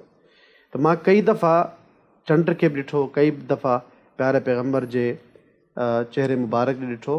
पोइ मूंखे ईअं लॻो त नबी करीम सल्लल्लाहु अलैहि वसल्लम चंड खां वधीक ख़ूबसूरत आहिनि। हिकिड़े ॿिए साहबी चवनि था त रसूल करीम सल्लल्लाहु अलैहि वसल्लम जो चहिरो मुबारक एॾो ख़ूबसूरत हूंदो हो जीअं सुबुह जो सिज ताज़ो ताज़ो निकिरंदो आहे। अशम्सु तालिया जेको तुलू थींदो आहे, आफ़्ताब सिज, इन खे इंसानु ॾिसे त केॾो सुहिणो आहे। त इन खां वधीक प्यारे पैगम्बर नबी करीम सल्लल्लाहु अलैहि वसल्लम जो चहिरो मुबारक ख़ूबसूरत हो। हाणे इन पहिराए में सहाबा किराम में कुझु ई सहाबी आहिनि जंहिंमें सैयदना अली, सैयदना अब्दुल्ला बिन मसऊद ऐं अवां जी ज़ौजा मोहतरमा में सैयदा आयशा उम्मुल मुमिनीन सिद्दीक़ा बिनत सिद्दीक़, इन्हनि कुझु ॻाल्हियूं ॿुधायूं आहिनि प्यारे पैगम्बर जे बारे में। सैयदना अनस बिन मालिक बि ॿुधायो आहे। सैयदना अली चवनि था त नबी करीम सल्लल्लाहु अलैहि वसल्लम जो जेके अखियूं हुयूं उहे इंतिहाई वॾियूं ऐं कारियूं, ऐं पाण सल्लल्लाहु अलैहि वसल्लम जे सफ़ेदी जेका अखि जी सफ़ेदी आहे इन में ॻाढ़ियूं रगूं नज़र ईंदियूं हुयूं ऐं नबी करीम सल्लल्लाहु अलैहि वसल्लम जेके पिंबड़ियूं हुयूं, जेके पिंबर आहिनि इहे वॾा हूंदा हुआ। ऐं रसूल करीम सल्लल्लाहु अलैहि वसल्लम जे बारे में सैयदना अली वारनि जे बारे में चवंदा आहिनि त रसूलुल्लाह सल्लल्लाहु अलैहि वसल्लम जा वार न तमामु घुंडी गोल ऐं न के तमामु सिधा बल्कि ॿई क़िस्म जा वार हूंदा। ऐं रसूल करीम सल्लल्लाहु अलैहि वसल्लम जा वार जेके आहिनि कननि जी लोन, कननि जी जेके पापड़ियूं हूंदियूं आहिनि एसी ताईं बि लही ईंदा हुया। ऐं रसूल करीम सल्लल्लाहु अलैहि वसल्लम जे ॾाढ़ी जे मुताबिक़ बि रिवायतूं अचनि थियूं त पाण सल्लल्लाहु अलैहि वसल्लम जी ॾाढ़ी इंतिहाई घाटी ऐं कारी हूंदी हुई, हता के जेॾी महिल नबी करीम सल्लल्लाहु अलैहि वसल्लम जी वफ़ात थी त मथे में ऐं वारनि में 20 खां घटि यानी एतिरा वार हुया जेके सफ़ेद हुया, बाक़ी मुकमल तौर ते ॾाढ़ी कारी हूंदी हुई। पाण सल्लल्लाहु अलैहि वसल्लम जे जिस्म मुबारक जे बारे में ईंदो आहे त रसूल करीम सल्लल्लाहु अलैहि वसल्लम जो सीनो मुबारक पेट खां ॿाहिरि निकितलु हूंदो हो, यानी पेट अंदरि हूंदो हो ऐं सीनो मुबारक इंतिहाई कुशादो ऐं ॿाहिरि निकितलु हूंदो हो। ईअं रसूल करीम सल्लल्लाहु अलैहि वसल्लम जे कुल्हनि जे मुताबिक़ बि, कुल्हनि जे बारे में बि रिवायत ईंदी आहे त रसूल करीम सल्लल्लाहु अलैहि वसल्लम जा जेका कुल्हा मुबारक हुया इंतिहाई कुशादा ऐं ख़ूबसूरत, उन्हनि जे विच में मोहर नबूअत हुई जेका रिसालत जी ऐं नबूअत जी तस्दीक़ जे तौर ते अल्लाह तबारक व ताला नंढे हूंदे खां अल्लाह रसूल करीम सल्लल्लाहु अलैहि वसल्लम जे कुल्हे मुबारक जे दरमियान हूंदी, जंहिंजे बारे में एतिरी रिवायत ईंदी आहे त कबूतर जो जेको आनो हूंदो आहे उन क़िस्म जी उहा मोहर हुई, जंहिंजे आसे पासे तिर हुया ऐं उन्हनि जे मथां कुझु वार हूंदा हुआ। ऐं इहा जेका मोहर हूंदी हुई इहा जिस्म मां थोरी उभरियल हुई, मथे निकितल हुई, जेका बाक़ाइदे वाज़े थींदो हो त इहा नबूअत जी मुहर आहे जेका रसूल करीम सल्लल्लाहु अलैहि वसल्लम जे जिस्म मुबारक में हूंदी। ईअं रसूल करीम सल्लल्लाहु अलैहि वसल्लम जे जिस्म जे मुताबिक़ हूंदो आहे त पाण सल्लल्लाहु अलैहि वसल्लम जेको पघर मुबारक आहे उहो इंतिहाई ख़ुशबूदार हूंदो हो। ऐं उन्हनि जे बारे में चवंदा त उहो जॾहिं वहंदो हो त ईअं लॻंदो हो ॼण मोती किरनि पिया, ख़ूबसूरत मोती, चमकदार मोती किरनि पिया। सहाबा किराम इन पघर खां तबरुक हासिलु कंदा, शीशनि में बंदि कंदा त इनखे असां ख़ुशबू जे तौर ते इस्तेमालु कंदासीं। इहो हिकिड़ो मौजो आहे जेको अल्लाह तबारक व ताला प्यारे पैगम्बर खे अता कयो। रसूल करीम सल्लल्लाहु अलैहि वसल्लम जे सीने जे मुताबिक़ ईंदो आहे रिवायत में त रसूल करीम सल्लल्लाहु अलैहि वसल्लम जे सीने ते वार कोन हुया, पर हिकिड़ी सन्हड़ी लकीर वारनि जी ईंदी जेका नाफ़ ताईं अची ख़तमु थी वेंदी। बाक़ी रसूल करीम सल्लल्लाहु अलैहि वसल्लम जे सॼे जिस्म ते वार कोन हुया, कुझु ॿाहनि ते वार हूंदा हुया। रसूल करीम सल्लल्लाहु अलैहि वसल्लम जे हलण जे मुताबिक़ साहबा किराम बयानु कनि था त रसूल करीम सल्लल्लाहु अलैहि वसल्लम जॾहिं हलंदा हुया त ईअं लॻंदो हो त केरु मज़बूत माण्हू जेको आहे उहो हेठि लही रहियो हुजे, यानी पाण सल्लल्लाहु अलैहि वसल्लम जा क़दम रखण जो अंदाज़ एॾो मुअतमद ऐं मज़बूती सां रखंदा ज़मीन ते क़दम त ईअं लॻंदो हो त ॼण केरु माण्हू मथां खां हेठि लहंदो आहे। ऐं रसूल करीम सल्लल्लाहु अलैहि वसल्लम जे हलण जे मुताबिक़ रिवायत में ईंदो आहे त पाण सल्लल्लाहु अलैहि वसल्लम जी जेका स्पीड हुई हलण जी उहे आम माण्हुनि खां तेज़ हुई। लॻंदो कोन हो त रसूल करीम सल्लल्लाहु अलैहि वसल्लम तेज़ हलनि था, पर रसूल करीम सल्लल्लाहु अलैहि वसल्लम खे केर बि आम माण्हू पैदल हलंदे पुॼी न सघंदो हो। नबी करीम सल्लल्लाहु अलैहि वसल्लम जे हथनि ऐं पेरनि जे मुताबिक़ ईंदो आहे त पाण सल्लल्लाहु अलैहि वसल्लम जे हथ मुबारक ऐं पेर मुबारक में गोश्त भरियलु हूंदो ऐं नरम ऐं मुलायम ऐं चमकदार। रसूल करीम सल्लल्लाहु अलैहि वसल्लम जी रंगत जे बारे में ईंदो आहे त पाण सल्लल्लाहु अलैहि वसल्लम जो रंग न को एतिरो सफ़ेद जो अखियुनि खे बुरो लॻे ऐं न को एतिरो गंदुमी, बल्कि ॻाढ़ो ऐं भूरो रंग जो मिक्स कयो वञे त चमकदार रोशन रंग हूंदो। जेको बि ॾिसंदो, हता के काफ़िर बि अगरि ईंदा प्यारे पैगम्बर खे ॾिसंदा त बेसाख़्ता बे इख़्तियार चई छॾींदा त वल्लाहि हाज़ा रसूलुल्लाह, त अल्लाह जो कसम आहे इहो रसूल जो चहिरो आहे, अल्लाह जे जेको अल्लाह जो रसूल आहे उन्हनि जो चहिरो आहे। नबी करीम सल्लल्लाहु अलैहि वसल्लम जे जेको हुलियो ऐं पहिरायो आहे इन्हनि में अहिड़ी क़िस्म जी रिवायतूं मुख़्तलिफ़ अंदाज़ में सहाबा किराम बयानु कयूं आहिनि। ऐं रसूल करीम सल्लल्लाहु अलैहि वसल्लम जा ॾंद इंतिहाई ख़ूबसूरत मोतियुनि वांगुरु, रसूल करीम सल्लल्लाहु अलैहि वसल्लम घणो तरणो मुरकंदा हुआ पर कॾहिं कॾहिं खिलंदा बि हुया त उहे ॾंद एॾा साफ़ सुथरा ऐं ख़ूबसूरत लॻंदा ॼण मोतीअ खे पहिराए छॾिया हुजनि। रसूल करीम सल्लल्लाहु अलैहि वसल्लम जी मुछनि जे बारे में ईंदो आहे त पाण सल्लल्लाहु अलैहि वसल्लम पंहिंजी मुछनि खे कतराईंदा हुया, कॾहिं बि रसूल करीम सल्लल्लाहु अलैहि वसल्लम पंहिंजी मुछ खे वधायो न आहे। अहिड़ी तरह सैयदना अली रज़ी अल्लाह ताला जी रिवायत आहे त जंहिंमें नबी करीम सल्लल्लाहु अलैहि वसल्लम जो क़द मुबारक ॿुधायो आहे। उन्हनि फरमाइनि था त रसूल करीम सल्लल्लाहु अलैहि वसल्लम जेको क़द मुबारक आहे उहो न को एतिरो डिघो हूंदो हो जो नज़रनि खे ऐबदार लॻे, बुरो लॻे, ऐं न को एतिरो नंढो जो लुकी वञे, बल्कि साहबा किराम चवंदा हुआ त नबी करीम सल्लल्लाहु अलैहि वसल्लम जॾहिं मजमे में ऐं माण्हुनि जे विच में बीहंदा त सभिनी खां ड्रिघा लॻंदा, पर रसूल करीम सल्लल्लाहु अलैहि वसल्लम जो कद जेको आहे एतिरो ड्रिघो कोन हो, बिल्कुलु बहितरीनु मुनासिबु। पर हिकिड़ो मौजज़े जे तौर ते अलाह तबारक व ताला पाण सल्लल्लाहु अलैहि वसल्लम जे कद में एॾो रोब ऐं रखियो हो, रोब ऐं दबदबो रखियो हो, जो रसूल करीम जॾहिं मजमे में हूंदा सभिनी खां ऊंचा ऐं सभिनी खां ड्रिघा नज़र ईंदा हुया। ऐं पाण सल्लल्लाहु अलैहि वसल्लम जे बारे में ईअं बि ईंदो आहे त रसूल करीम सल्लल्लाहु अलैहि वसल्लम जॾहिं बि कंहिंजी तरफ़ मुतवजह थींदा ॻाल्हि ॿुधण जे लाइ, की कमु चवण जे लाइ, मुकमल जेका पंहिंजो रुख़ अनवर उन जी तरफ़ जेको आहे तब्दील कंदा हुआ या मोड़ींदा हुआ। अहिड़े क़िस्म जूं कुझु हुलिया जेके आहिनि प्यारे पैगम्बर रसूल करीम सल्लल्लाहु अलैहि वसल्लम जे बारे में अचे थो। अल्लाह ताला का दुआ आहे त अल्लाह ताला असांखे बि प्यारे पैगम्बर मुहम्मद रसूलुल्लाह सल्लल्लाहु अलैहि वसल्लम जी ज़ियारत क़यामत वारे ॾींहुं बि नसीब फ़रमाए, हिन दुनिया में बि नसीब फ़रमाए, ऐं हौज़ कौसर खां असांखे रसूल करीम सल्लल्लाहु अलैहि वसल्लम जे पाणी नसीब थिए। वल्लाहु आलम। बारकल्लाहु फ़ीकुम अहसन जज़ा। अॻियों सवाल शेख सईद तव्हां खां आहे त माशरे में हलंदड़ मुख़्तलिफ़ क़िस्म जा दुरूद ऐं लफ़्ज़नि जी शरई हैसियत छा आहे? साईं, इन में को शक न आहे त नबी करीम सल्लल्लाहु अलैहि वसल्लम ते दुरूद ऐं सलाम पढ़णु जेको आहे असांजे ईमान जो हिसो आहे। पर ईअं चइजे त अल्लाह रब्बुल इज़्ज़त जो हुकुम आहे, इन अल्लाह व मलाइकतहू युसल्लूना अलन नबी या अय्युहल्लज़ीना आमनू सल्लू अलैहि व सल्लिमू तस्लीमा। त जे इहो चयो वञे त इहो नबी करीम सल्लल्लाहु अलैहि वसल्लम ते दुरूद ऐं सलाम पढ़णु सिर्फ़ु असांजे ईमान जो हिसो न आहे, बल्कि असां ते इहो फ़र्ज़ु आहे त असीं हर वक़्तु नबी करीम सल्लल्लाहु अलैहि वसल्लम ते दुरूद ऐं सलाम पढ़ूं। नबी करीम सल्लल्लाहु अलैहि वसल्लम खां सहाबा किराम इहो सुवाल कयो त अल्लाह जे रसूल सल्लल्लाहु अलैहि वसल्लम तशहुद में असांखे सेखारियो वियो त तव्हां ते सलाम कीअं पढ़ूं, फ़कैफ़ नुसल्ली अलैक, त पोइ असीं तव्हां ते दुरूद कीअं पढ़ूं, सलात कीअं पढ़ूं? त नबी करीम सल्लल्लाहु अलैहि वसल्लम फरमाइनि था, फ़क़ूलू अल्लाहुम्मा सल्लि अला मुहम्मद व अला आलि मुहम्मद कमा सल्लैत अला इब्राहीम व अला आलि इब्राहीम इन्नका हमीदुम मजीद, अल्लाहुम्मा बारिक अला मुहम्मद व अला आलि मुहम्मद कमा बारकत अला इब्राहीम व अला आलि इब्राहीम इन्नका हमीदुम मजीद। त नबी करीम सल्लल्लाहु अलैहि वसल्लम दुरूद पढ़ण जो तरीक़ो ॿुधायो असांखे। हाणे रहियो सुवाल त अव्हां चयो त अॼु असांजे माशरे में अहिड़ा केतिरा ई दुरूद जा सीगा मिलनि था। ॾिसणु ज़रूरी इहो आहे त छा उन दुरूद जे सीगनि में को अहिड़ो मुबालगो त कोन्हे, को अहिड़ो शिरकिया अल्फाज़ त कोन्हे। इन जे करे छो आख़िर में एतिरियूं किताबूं अव्हांखे मार्केट में मिलनि थियूं जंहिंमें नबी करीम सल्लल्लाहु अलैहि वसल्लम जे दुरूद जे नाले सां मौजूदु आहिनि, पर उन में शिरकिया अल्फाज़ मौजूदु आहिनि ऐं नबी करीम सल्लल्लाहु अलैहि वसल्लम जी ज़ात सां ग़ुलू बि मौजूदु आहे। तंहिं करे जेकी शइ रसूलुल्लाह सल्लल्लाहु अलैहि वसल्लम खां सहाबा इकराम यानी पाण करीम सल्लल्लाहु अलैहि वसल्लम ते दुरूद पढ़णो आहे, हुकुम अलाह ॾिनो आहे, ऐं सहाबा इकराम सवाल पिया कनि त असीं तव्हां ते दुरूद कीअं पढ़ूं, ऐं पाण करीम सल्लल्लाहु अलैहि वसल्लम उन दुरूद पढ़ण जो तरीक़ो पिया ॿुधाइनि, उहे अल्फाज़ ॿुधाइनि पिया, त उन बहितरीन अल्फाज़नि खे छॾे असीं ॿियनि अल्फाज़नि जो इंतिख़ाब छो कयूं?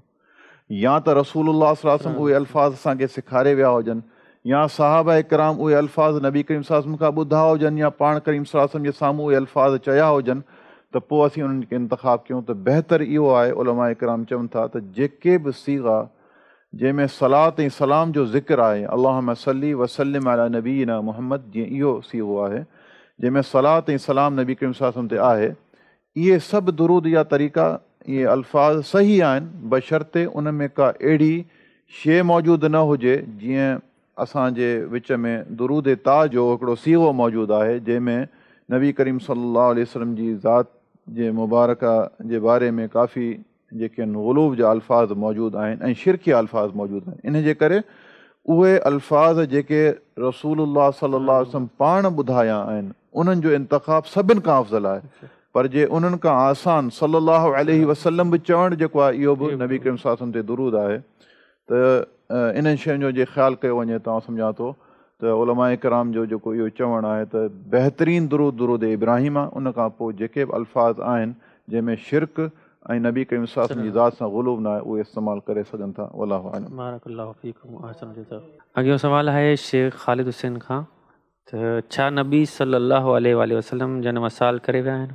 अल्हम्दुलिल्लाह वकफ़ा वस्सलातु वस्सलामु अला रसूलिल्लाह व बाद। विसाल जो अवां सुवाल कयो, विसाल जो मतिलबु हूंदो आहे वफ़ात। त छा रसूलुल्लाह सल्लल्लाहु अलैहि वसल्लम जी वफ़ात थी आहे?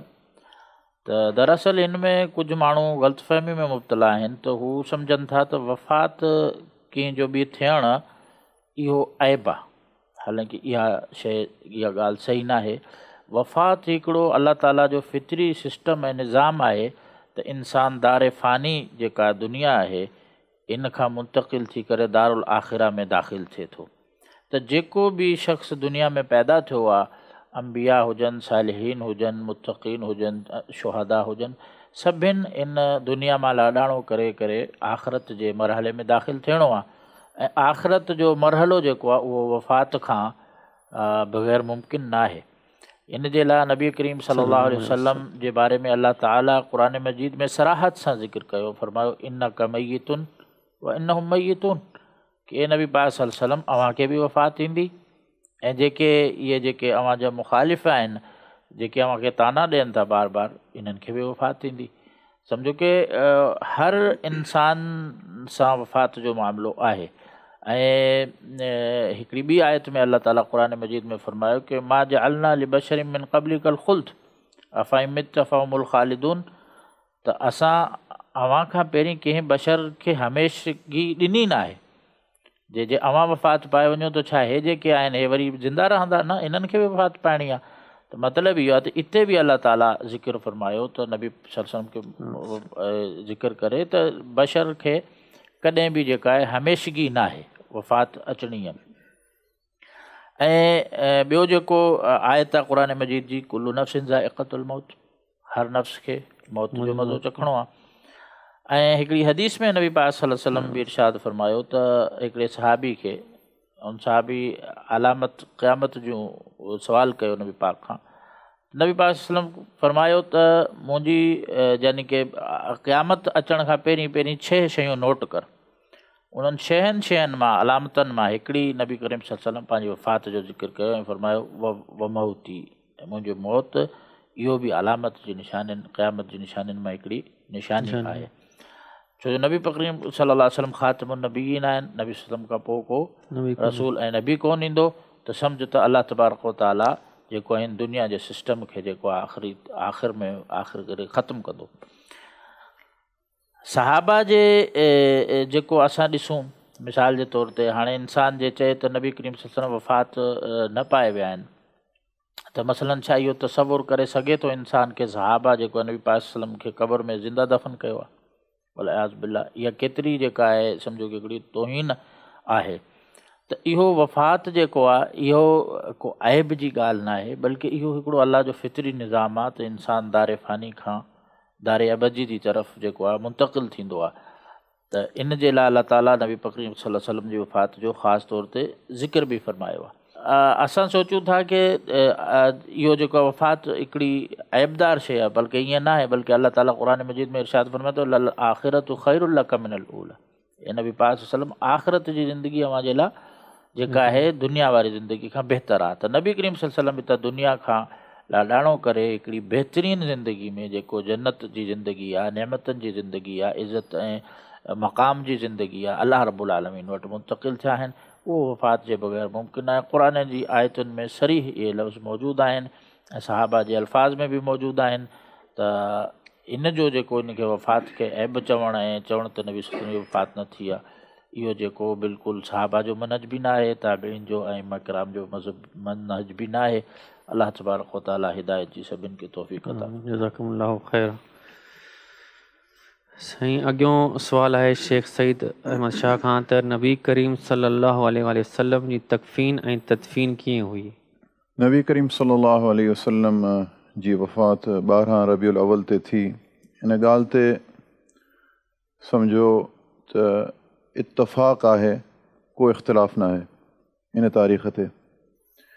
नबी करीम सल्लल्लाहु अलैहि वसल्लम जी जॾहिं वफ़ात थी त नबी करीम सल्लल्लाहु अलैहि वसल्लम जे तकफ़ीन जे मामलात में सहाबा किराम में पाण में काफ़ी मशवरा थिया, जंहिंमें सैयदना अबू बकर सिद्दीक़ रज़ी अल्लाह तआला अन्हु फरमाइनि था त जिथे अंबिया इकराम जी वफ़ात थींदी आहे उन्हनि खे उते ई दफ़न कयो वेंदो आहे। त नबी करीम सल्लल्लाहु अलैहि वसल्लम जी तदफ़ीन उन ई जॻह ते थी जिथे पाण करीम सल्लल्लाहु जो विसाल थियो ऐं वफ़ात थी। उन खां पोइ नबी करीम सल्लल्लाहु अलैहि वसल्लम जो गुस्ल जो तरीक़ो इहो हो त नबी करीम सल्लल्लाहु अलैहि वसल्लम खे पंहिंजनि कपिड़नि जे मथां ई गुस्ल ॾिनो वियो। पाण करीम सल्लल्लाहु अलैहि वसल्लम जा कपिड़ा जीअं आम माण्हूअ जा कपिड़ा लाथा वेंदा आहिनि इन तरीक़े सां न, बल्कि पाण करीम सल्लल्लाहु जिन कपिड़नि में वफ़ात कई उन्ही कपिड़नि जे मथां नबी करीम सल्लल्लाहु अलैहि वसल्लम खे गुस्ल ॾिनो वियो। ऐं गुस्ल खां पोइ नबी करीम सल्लल्लाहु अलैहि वसल्लम खे सैयदा आयशा सिद्दीक़ा रज़ियल्लाहु तआला अन्हा जी रिवायत आहे त कुफ़िना रसूलुल्लाह सल्लल्लाहु अलैहि वसल्लम फ़ी सलासति अस्वाबिन बीदिन सहूलियतिन। नबी करीम सल्लल्लाहु अलैहि वसल्लम के 3 अछनि कपिड़नि में जेके यमन जा हुआ, कॉटन जा कपिड़ा हुआ, 3 में उन्हनि में नबी करीम सल्लल्लाहु अलैहि वसल्लम खे कफ़न ॾिनो वियो। लईस फ़ीहा कमीसुन वला अमामतुन, त उन में न कमीज़ हुई, यानी उन्हनि 3 कपिड़नि में को कमीज़ जे लाइ इस्तेमालु न कयो वियो, न ई उन में को पटके जे तौर ते इस्तेमालु कयो वियो, बल्कि 3 कपिड़ा जेके आहिनि नबी करीम सल्लल्लाहु अलैहि वसल्लम लाइ कफ़न जे तौर ते इस्तेमालु कया विया, जेके अछे रंग जा हुआ ऐं यमन जी ख़ासि हिकिड़े कपिड़े मां जेको कॉटन जो हो उन मां इस्तेमालु कया विया। ऐं नबी करीम सल्लल्लाहु अलैहि वसल्लम जी तदफ़ीन उन ई जॻह ते थी जिथे पाण करीम सल्लल्लाहु अलैहि वसल्लम जो सैयदा आयशा सिद्दीक़ा रज़ियल्लाहु तआला अन्हा जे हुजरे मुबारक में वफ़ात थी त पाण करीम सल्लल्लाहु अलैहि वसल्लम खे उते ई दफ़न कयो वियो। ऐं नबी करीम सल्लल्लाहु अलैहि वसल्लम ते जनाज़े जी निमाज़ जेकी आहे उहे फ़र्दन ब फ़र्दन सहाबा किराम जो हिकिड़ो ग्रोह 6 जो ऐं कुझु माण्हुनि जो ग्रोह अंदरि वेंदो हो ऐं नबी करीम सल्लल्लाहु अलैहि वसल्लम फ़र्दन ऐं फ़र्दन जेको आहे पाण करीम सल्लल्लाहु अलैहि वसल्लम ते जनाज़े जी निमाज़ पढ़नि पिया ऐं उहे हिकिड़े दरवाज़े मां दाख़िलु थियनि पिया ऐं ॿिए हुजरे दरवाज़े मां ॿाहिरि निकिरी वञनि पिया। इन ई तरीक़े सां सूमर जे ॾींहुं मंझंदि जे टाइम ते पाण करीम सल्लल्लाहु अलैहि वसल्लम जी वफ़ात थी आहे ऐं पाण करीम सल्लल्लाहु अलैहि वसल्लम जी तदफ़ीन जेकी आहे उहा 36 कलाकनि खां पोइ तक़रीबन यानी अरबा जी शाम जो थी आहे। यानी एतिरा सहाबा किराम हुआ जेके हिन नंढड़े हुजरे मुबारक में वञनि पिया ऐं पाण करीम सल्लल्लाहु अलैहि वसल्लम जी ज़ियारत बि कनि पिया, आख़िरी ज़ियारत बि कनि पिया ऐं नबी करीम सल्लल्लाहु अलैहि वसल्लम ते निमाज़ पढ़नि पिया ऐं जनाज़े जी निमाज़ पढ़ण खां पोइ हू निकिरनि पिया। यानी उलमा किराम चवनि था त कंहिं इमामत न कई, इन को अहिड़ी जमात कोन थी जंहिंमें कंहिं हिकिड़ो इमाम थिए पियो ऐं पुठियां मुक़्तदी निमाज़ पढ़नि पिया। इन जूं काफ़ी वजूहात ॿुधायूं आहिनि उलमा किराम। नबी करीम सल्लल्लाहु अलैहि वसल्लम जी अज़मत एतिरी वॾी हुई त को कंहिंखे इहा ज़रूरत न हुई त को इमाम थी नबी करीम सल्लल्लाहु अलैहि वसल्लम ऐं मुक़्तदिन जे विच में बीह ऐं इमामत कराए। ऐं इहो हिकिड़ो शरफ़ बि हो त हर सहाबी जेको आहे उहो पाण वञे ऐं नबी करीम सल्लल्लाहु अलैहि वसल्लम ते उहो रहमत जूं दुआऊं सलात नबी करीम सल्लल्लाहु अलैहि वसल्लम ते पेश करे। त इहा ख़ासि नबी करीम सल्लल्लाहु अलैहि वसल्लम जी हुई त हर सहाबी अंदरि वञे पियो ऐं नबी करीम सल्लल्लाहु अलैहि वसल्लम ते नमाज़ पढ़ी ऐं उहो तव्हां फ़ारिग़ थियण खां पोइ वापसि निकिरे पियो। इहो मुख़्तसर जेको ज़िक्र आहे सहाबा किराम जेको ज़िक्र ॿुधायो आहे उहो इहो ई आहे, इन खां वधीक तफ़सील मौजूदु न आहे ऐं कुझु तफ़सील जेकी मौजूदु आहे उहा शायदि इन सुवाल में ज़रूरी न आहे बयानु करणु। उमेद थो कयां त तव्हांजे सुवाल जो जवाबु मुकमल थियो। अॻियो सवाल आहे शेख जमशेद तव्हां खां, नबी करीम सल्लल्लाहु अलैहि वसल्लम जी वफ़ात ते सहाबा किराम रज़ियल्लाहु तआला अन्हुम जी कैफ़ियत छा हुई? नबी करीम सल्लल्लाहु अलैहि वसल्लम जी विलादत जेका आहे उहा हिन दुनिया में हिकिड़ो अज़ीम वाक़ियो ऐं अज़ीम इनाम हुयो ऐं ख़ुशी जी ॻाल्हि हुई, रहमत जी ॻाल्हि हुई। वमा अरसलनाका इल्ला रहमतल लिल आलमीन। जॾहिं नबी करीम सल्लल्लाहु अलैहि वसल्लम दुनिया में आया त रहमत ई रहमत हुई ऐं वॾी ख़ुशी जी ॻाल्हि हुई। त ईअं ई नबी करीम सल्लल्लाहु अलैहि वसल्लम जी जेका वफ़ात आहे उहो हिकिड़ो अज़ीम नुक़सानु ऐं अज़ीम ग़म जो वाक़ियो हुयो। हता की पाण सल्लल्लाहु अलैहि वसल्लम जो फ़रमान आहे, सुनन इब्न माजा जी हदीस आहे त नबी करीम सल्लल्लाहु अलैहि वसल्लम चवणु लॻा त तव्हां में कंहिंखे बि को ग़म अचे, को मुसीबत अचे, का बि वॾे में वॾो मामिलो, वॾे में वॾो ग़म अचे त तव्हां मुंहिंजो ग़म यादि कजो। जेका मुंहिंजी मौत ईंदी उन ग़म खे यादि कजो। इहा सभिनी खां वॾो ग़म आहे, सभिनी खां वॾी मुसीबत आहे जेका मोमिननि ते आई आहे। त नबी करीम सल्लल्लाहु अलैहि वसल्लम जी जेका वफ़ात आहे उहा मोमिननि जे लाइ सभिनी खां वॾो नुक़सानु आहे। अगरि अॼु बि इंसान हिन तसवुर खे थोरो ज़हन में खणी अचे त रसूल करीम सल्लल्लाहु अलैहि वसल्लम जो हिन दुनिया खां वफ़ात पाए वञणु इहो केॾो वॾो ग़म आहे असांजे लाइ। जिन जी जेतिरी मुहबत हूंदी उहो हिन ग़म खे हिन मुसीबत खे एतिरो जेको आहे महसूसु कंदो। हाणे तव्हां हलिया वञो सहाबा किरामनि जी ज़िंदगी जे लाइ, उन्हनि जी ज़िंदगीअ में त अलाह तबारक व ताला हिन वॾे ग़म जे लाइ अहिड़ियूं हस्तियुनि खे मुक़ररु फ़रमायो जेके हिन ग़म खे बर्दाश्त बि करे सघिया ऐं हिन ग़म जी कैफ़ियत खे संभाले बि सघिया। सहाबा किराम सभिनी खां वधीक प्यारे पैगम्बर जा महबूब हुया, मुहिब हुया, सभिनी खां वधीक प्यारे पैगम्बर सां मुहबत कंदा हुया। त सहाबा किराम जी त ज़िंदगी ॼण उजाड़ थी वई, उन्हनि ज़िंदगी में ऊंधा अची वई। सैयदना अनस बिन मालिक जी रिवायत आहे रसूल करीम सल्लल्लाहु अलैहि वसल्लम जी वफ़ात खां पोइ त जॾहिं रसूल करीम सल्लल्लाहु अलैहि वसल्लम मदीना हिजरत करे आया, उहो ॾींहुं ज़िंदगी में सभिनी खां वधीक रोशन तरीन ऐं मुनव्वर तरीन ॾींहुं हुयो। ऐं उन हदीस में अनस बिन मालिक फ़रमाइनि था त जंहिं ॾींहुं रसूल करीम सल्लल्लाहु अलैहि वसल्लम वफ़ात कई उहो असांजी ज़िंदगी में सभिनी खां वधीक तारीख़ ऐं ऊंधा वारो ॾींहुं हुयो। सहाबा किराम जी कैफ़ियत तव्हां पुछो था त उन्हनि जी कैफ़ियत बिल्कुलु मुख़्तलिफ़ हुई, उन्हनि खां बर्दाश्त कोन पियो थिए। सैयदना अबू बकर सिद्दीक़ रज़ी अल्लाह ताला अन्हु खे जॾहिं रसूल करीम सल्लल्लाहु अलैहि वसल्लम जी हयातीअ जो आख़िरी ॾींहुं हुयो त पाण सल्लल्लाहु अलैहि वसल्लम जी तबियत कुझु बहितर थी, हशाश बशाश थिया त सैयदना अबू बकर सिद्दीक़ आया रसूल करीम सल्लल्लाहु अलैहि वसल्लम खे चवणु लॻा त अॼु असां ॾिसूं था त अल्लाह तबारक व ताला तव्हांखे तंदुरुस्ती ॾिनी आहे, मां काफ़ी ॾींहंनि खां घर न वियो आहियां अव्हांजी ख़िदमत जे करे, अॼु मूंखे इजाज़त ॾियो त मां घर थी अचां। रसूल करीम सल्लल्लाहु अलैहि वसल्लम हुनखे इजाज़त ॾिनी, छो त रसूल करीम सल्लल्लाहु अलैहि वसल्लम काफ़ी बहितर हुया, सहाबा किराम ख़ुशि हुया।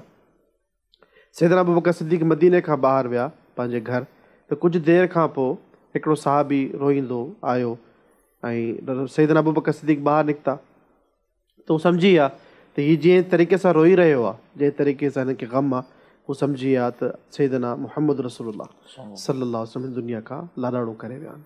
सैयदना अबू बकर सिद्दीक़ अची पाण पुछियो छा नबी सल्लल्लाहु अलैहि वसल्लम वफ़ात करे विया आहिनि? इहो ॿुधी करे उहो सहाबी वधीक रोइणु लॻा, उन्हनि में एतिरी ज़रूरत ई न हुई तो कुझु ॻाल्हाए सघनि, सिर्फ़ु एतिरो ॻाल्हायो त हलो मुस्लमाननि खे संभालियो। यानी मुस्लमाननि जी कैफ़ियत ईअं हुई त कुझु सहाबी ॿुधी करे जिथे बीठा उते बीठा रहिया। सैयदना उमर इब्न ख़त्ताब जी कैफ़ियत पाण ॿुधाइनि था त जंहिं ॾींहुं सैयदना उमर इब्न ख़त्ताब रज़ी अल्लाह ताला ॿुधियो त रसूल करीम सल्लल्लाहु अलैहि वसल्लम वफ़ात कयो त उन्हनि तलवार कढी बीह रहिया, चवणु लॻा त जेको बि चवंदो त मुहम्मद रसूलुल्लाह सल्लल्लाहु अलैहि वसल्लम वफ़ात करे विया आहिनि, मां हुनजी गर्दन कटे छॾींदुसि। इहा ख़बर मुनाफ़िक़ीन ॾाई आहे। अलाह जा रसूल मूसा अलैहिस्सलाम वांगुरु अलाह ताला सां मुलाक़ात करणु विया आहिनि, मोटी ईंदा ऐं जॾहिं मोटी ईंदा असां हिन सभिनी मुनाफ़िक़नि खे क़तलु कंदासीं जेके चवनि था त रसूल करीम सल्लल्लाहु अलैहि वसल्लम वफ़ात करे विया आहिनि। सहाबा किराम पंहिंजा होश हवाश जेका ग़ाइब करे बीठा हुया, उन्हनि खे को होश कोन हो त हिन ग़म खे कीअं बर्दाश्त कयूं। सैयदना अबू बकर सिद्दीक़ पोइ आया, ॾिठो मुस्लमान जी हालत थी आहे, पोइ विया सैयदा आयशा जे हुजरे में ऐं नबी करीम सल्लल्लाहु अलैहि वसल्लम हिकिड़े उन हुजरे में पासे में उन्हनि जो मुबारक जसद पियो हो ऐं वञी उन्हनि जी चादर मथे मां लाथो ऐं उन्हनि जे पेशानीअ ते चुमी ॾिनई ऐं चवणु लॻा तव्हां ते मुंहिंजा माउ बाप मुंहिंजा माउ पीउ क़ुर्बान थी वञनि।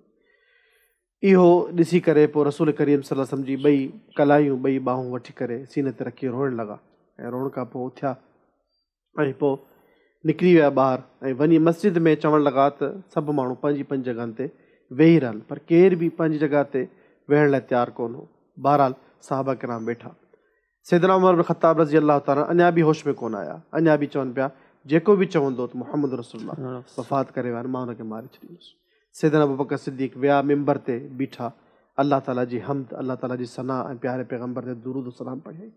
पोइ चवणु लॻा उहा आयत पढ़ियईं वमा मुहम्मदुन इल्ला रसूल क़द ख़लत मिन क़ब्ली रसूल अफ़इन माता औ क़ुतिल इंक़लबतुम अला अक़ाबिकुम। इहा आयत पढ़ण जी देरि हुई, सैयदना उमर इब्न ख़त्ताब जा होश वापसि आया ऐं उते ई पंहिंजे गोॾनि ते किरी ज़मीन ते वेही रहिया त सम्झणु लॻा त इहा आयत ॼण अॼु नाज़िल थी आहे। हालांकि इहा आयत ग़ज़वा उहद में नाज़िल थी ऐं सभिनी सहाबा किराम खे ख़बर हुई त मुहम्मद रसूलुल्लाह सल्लल्लाहु अलैहि वसल्लम सवाइ रसूल जे कुझु कोन्हनि, इहे जीअं पोयां रसूल गुज़री विया इहे बि गुज़री वेंदा, छा इहे अगरि गुज़ारे वञनि या क़तल थी वञनि छा तव्हां पंहिंजे दीन खां फिरी वेंदा? इहो चई करे पोइ सैयदना अबू बकर सिद्दीक़ ख़ुतबो ॾिनो त जेको इंसानु मुहम्मद रसूलुल्लाह सल्लल्लाहु अलैहि वसल्लम जी इबादत कंदो उहो ॼाणी वठे तो रसूलुल्लाह सल्लल्लाहु अलैहि वसल्लम गुज़ारे विया आहिनि। ऐं जेको अल्लाह तबारक व ताला जी इबादत कंदो हो उहो ॼाणी वठे त अल्लाह ताला हई आहे, क़य्यूम आहे, ज़िंदा आहे ऐं हमेशह ज़िंदा रहंदो।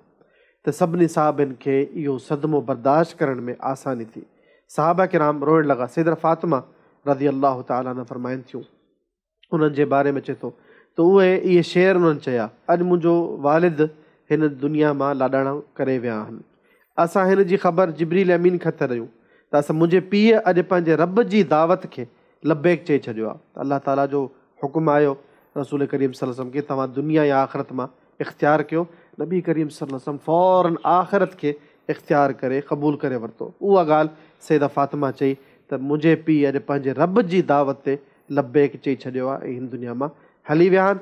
असां जिब्रील खे हिन ग़म जी ख़बर ॾियूं था। इहा मुख़्तसर कैफ़ियत साहबा किराम जी बयानु थींदी आहे। त उहे चवनि था त असांजी ज़िंदगी में इन खां वधीक वॾो ग़म कोई कोन हुयो। सैयदना उमर ख़त्ताब रज़ी अल्लाह ताला, अबू बकर सिद्दीक़, पोइ जॾहिं बि मिलंदा हुया रोईंदा हुया त रसूल करीम सल्लल्लाहु अलैहि वसल्लम जे दौर में जेका वही नाज़िल थींदी, अल्लाह सां असांजो ताल्लुक़ अॼु ख़तमु थी चुको आहे। इहा कैफ़ियत साहबा किराम जी आहे। पोइ हिन कैफ़ियतनि में हाणे ॿुधायो त केरु इंसानु ख़ुशी मनाए थो सघे। मां हिकिड़ो सुवालु सभिनी खां हर अक़लमंद खां पुछंदुसि त अगरि मुंहिंजो पीउ जंहिं तारीख़ ते, मुंहिंजो वालिद जंहिं तारीख़ ते ॼमियो हुजे, वरी इत्तिफ़ाक़न या अल्लाह जे हुकुम सां उन तारीख़ ते हुनजो विसाल थिए या इंतिकाल थी वञे, छा मां ख़ुशी मनाईंदुसि या मां वफ़ात जो ग़म कंदुसि? वरसी ऐं जेके ॾिहाड़ा मल्हाइण इहो असांजो अक़ीदो न आहे, छो त शरीयत में इन्हनि जी का हक़ीक़त न आहे वरसियूं मल्हाइण। पर नबी करीम सल्लल्लाहु अलैहि वसल्लम जी का वफ़ात जो ग़म आहे, हर मुसलमान खे हुजणु खपे। केर बि मोमिन ईअं नथो थी सघे त रसूल करीम सल्लल्लाहु अलैहि वसल्लम जी वफ़ात वारे ॾींहं ते ख़ुशी मनाए। मां त दावे सां थो चवां त उन ॾींहं ते, जंहिं ॾींहं ते नबी करीम सल्लल्लाहु अलैहि वसल्लम जी वफ़ात थी, इब्लीस जेतिरो ख़ुशि थियो हूंदो या उनजा जेके चेला जेतिरा ख़ुशि थिया हूंदा, ओतिरो केरु कॾहिं बि ख़ुशि कोन थियो हूंदो। छो त अफ़ज़ल तरीन मख़लूक़, अफ़ज़ल तरीन नबी सल्लल्लाहु अलैहि वसल्लम, जेको शैतान जो सभिनी खां वॾा दुश्मन हुया, सभिनी खां वॾा शिकस्त ॾियण वारा, उन्हनि जी वफ़ात उन ॾींहं ते थी। त हाणे इंसानु पाण खां सुवालु करे त मां कहिड़ी जमात सां गॾु आहियां? मां उन जमात सां आहियां जेके साहबा किराम वांगुरु उन्हनि ग़म में उहो ॾींहुं गुज़ारियो 12 रबीउल अव्वल जो। ऐं उनखां पोइ सैयदा फ़ातिमा जे बारे में ईंदो आहे 6 महीननि ताईं सैयदा फ़ातिमा ज़िंदा रही, पर कॾहिं बि कंहिं बि सैयदा फ़ातिमा खे खिलंदे कोन ॾिठो, मुस्कुराईंदे कोन ॾिठो। इहा कैफ़ियत साहबा किराम जी हुई प्यारे पैगम्बर जे ग़म खां पोइ। सैयदना बिलाल मदीना में रही कोन सघिया, मदीना छॾे हलिया विया रसूल करीम सल्लल्लाहु अलैहि वसल्लम जी वफ़ात खां पोइ। त मां मदीने में नथो रही सघां, रसूल करीम सल्लल्लाहु अलैहि वसल्लम जी यादि ईंदी आहे। पाण सां सम्झो घुमणु फिरणु, अवां सां वेहणु, कचौरी करणु, इहे साहबा किराम जहिड़ी अज़ीम जमात हुई जेका हक़ीक़तनि अल्लाह जी तौफ़ीक़ सां हिन ग़म खे बर्दाश्त करे ऐं ग़म खे घटि करे विया ऐं पंहिंजी ज़िंदगियूं उन्हनि जारी रखियूं। ख़ुशी मल्हाइणु, नबी करीम सल्लल्लाहु अलैहि वसल्लम जी विलादत जी ख़ुशी कंहिं मुसलमान खे न हूंदी। उहो मुसलमान ई कोन्हे जेको रसूल करीम सल्लल्लाहु अलैहि वसल्लम जी विलादत ते ख़ुशि न थियो हुजे, पर उहा विलादत जी ख़ुशी मल्हाइण जो तरीक़ो कहिड़ो हुजणु खपे? साहबा किराम वारो। साहबा किराम कहिड़ी ख़ुशी कई ऐं इब्लीस कहिड़ी ख़ुशी कई हूंदी? इंसानु पंहिंजे पाण खां सुवालु करे त मां साहबा किराम जी जमात सां गॾु आहियां या मां उन्हनि जमातनि सां गॾु आहियां जेके उन ॾींहं ते, जंहिं ॾींहं ते तमामु मुसलमाननि जो इत्तिफ़ाक़ आहे 12 रबीउल अव्वल ते प्यारे पैगम्बर जी वफ़ात आहे। उन ॾींहं ते केरु ख़ुशी मल्हाईंदो? इब्लीस खां वधीक कंहिं बि ख़ुशी कोन मल्हाईंदी।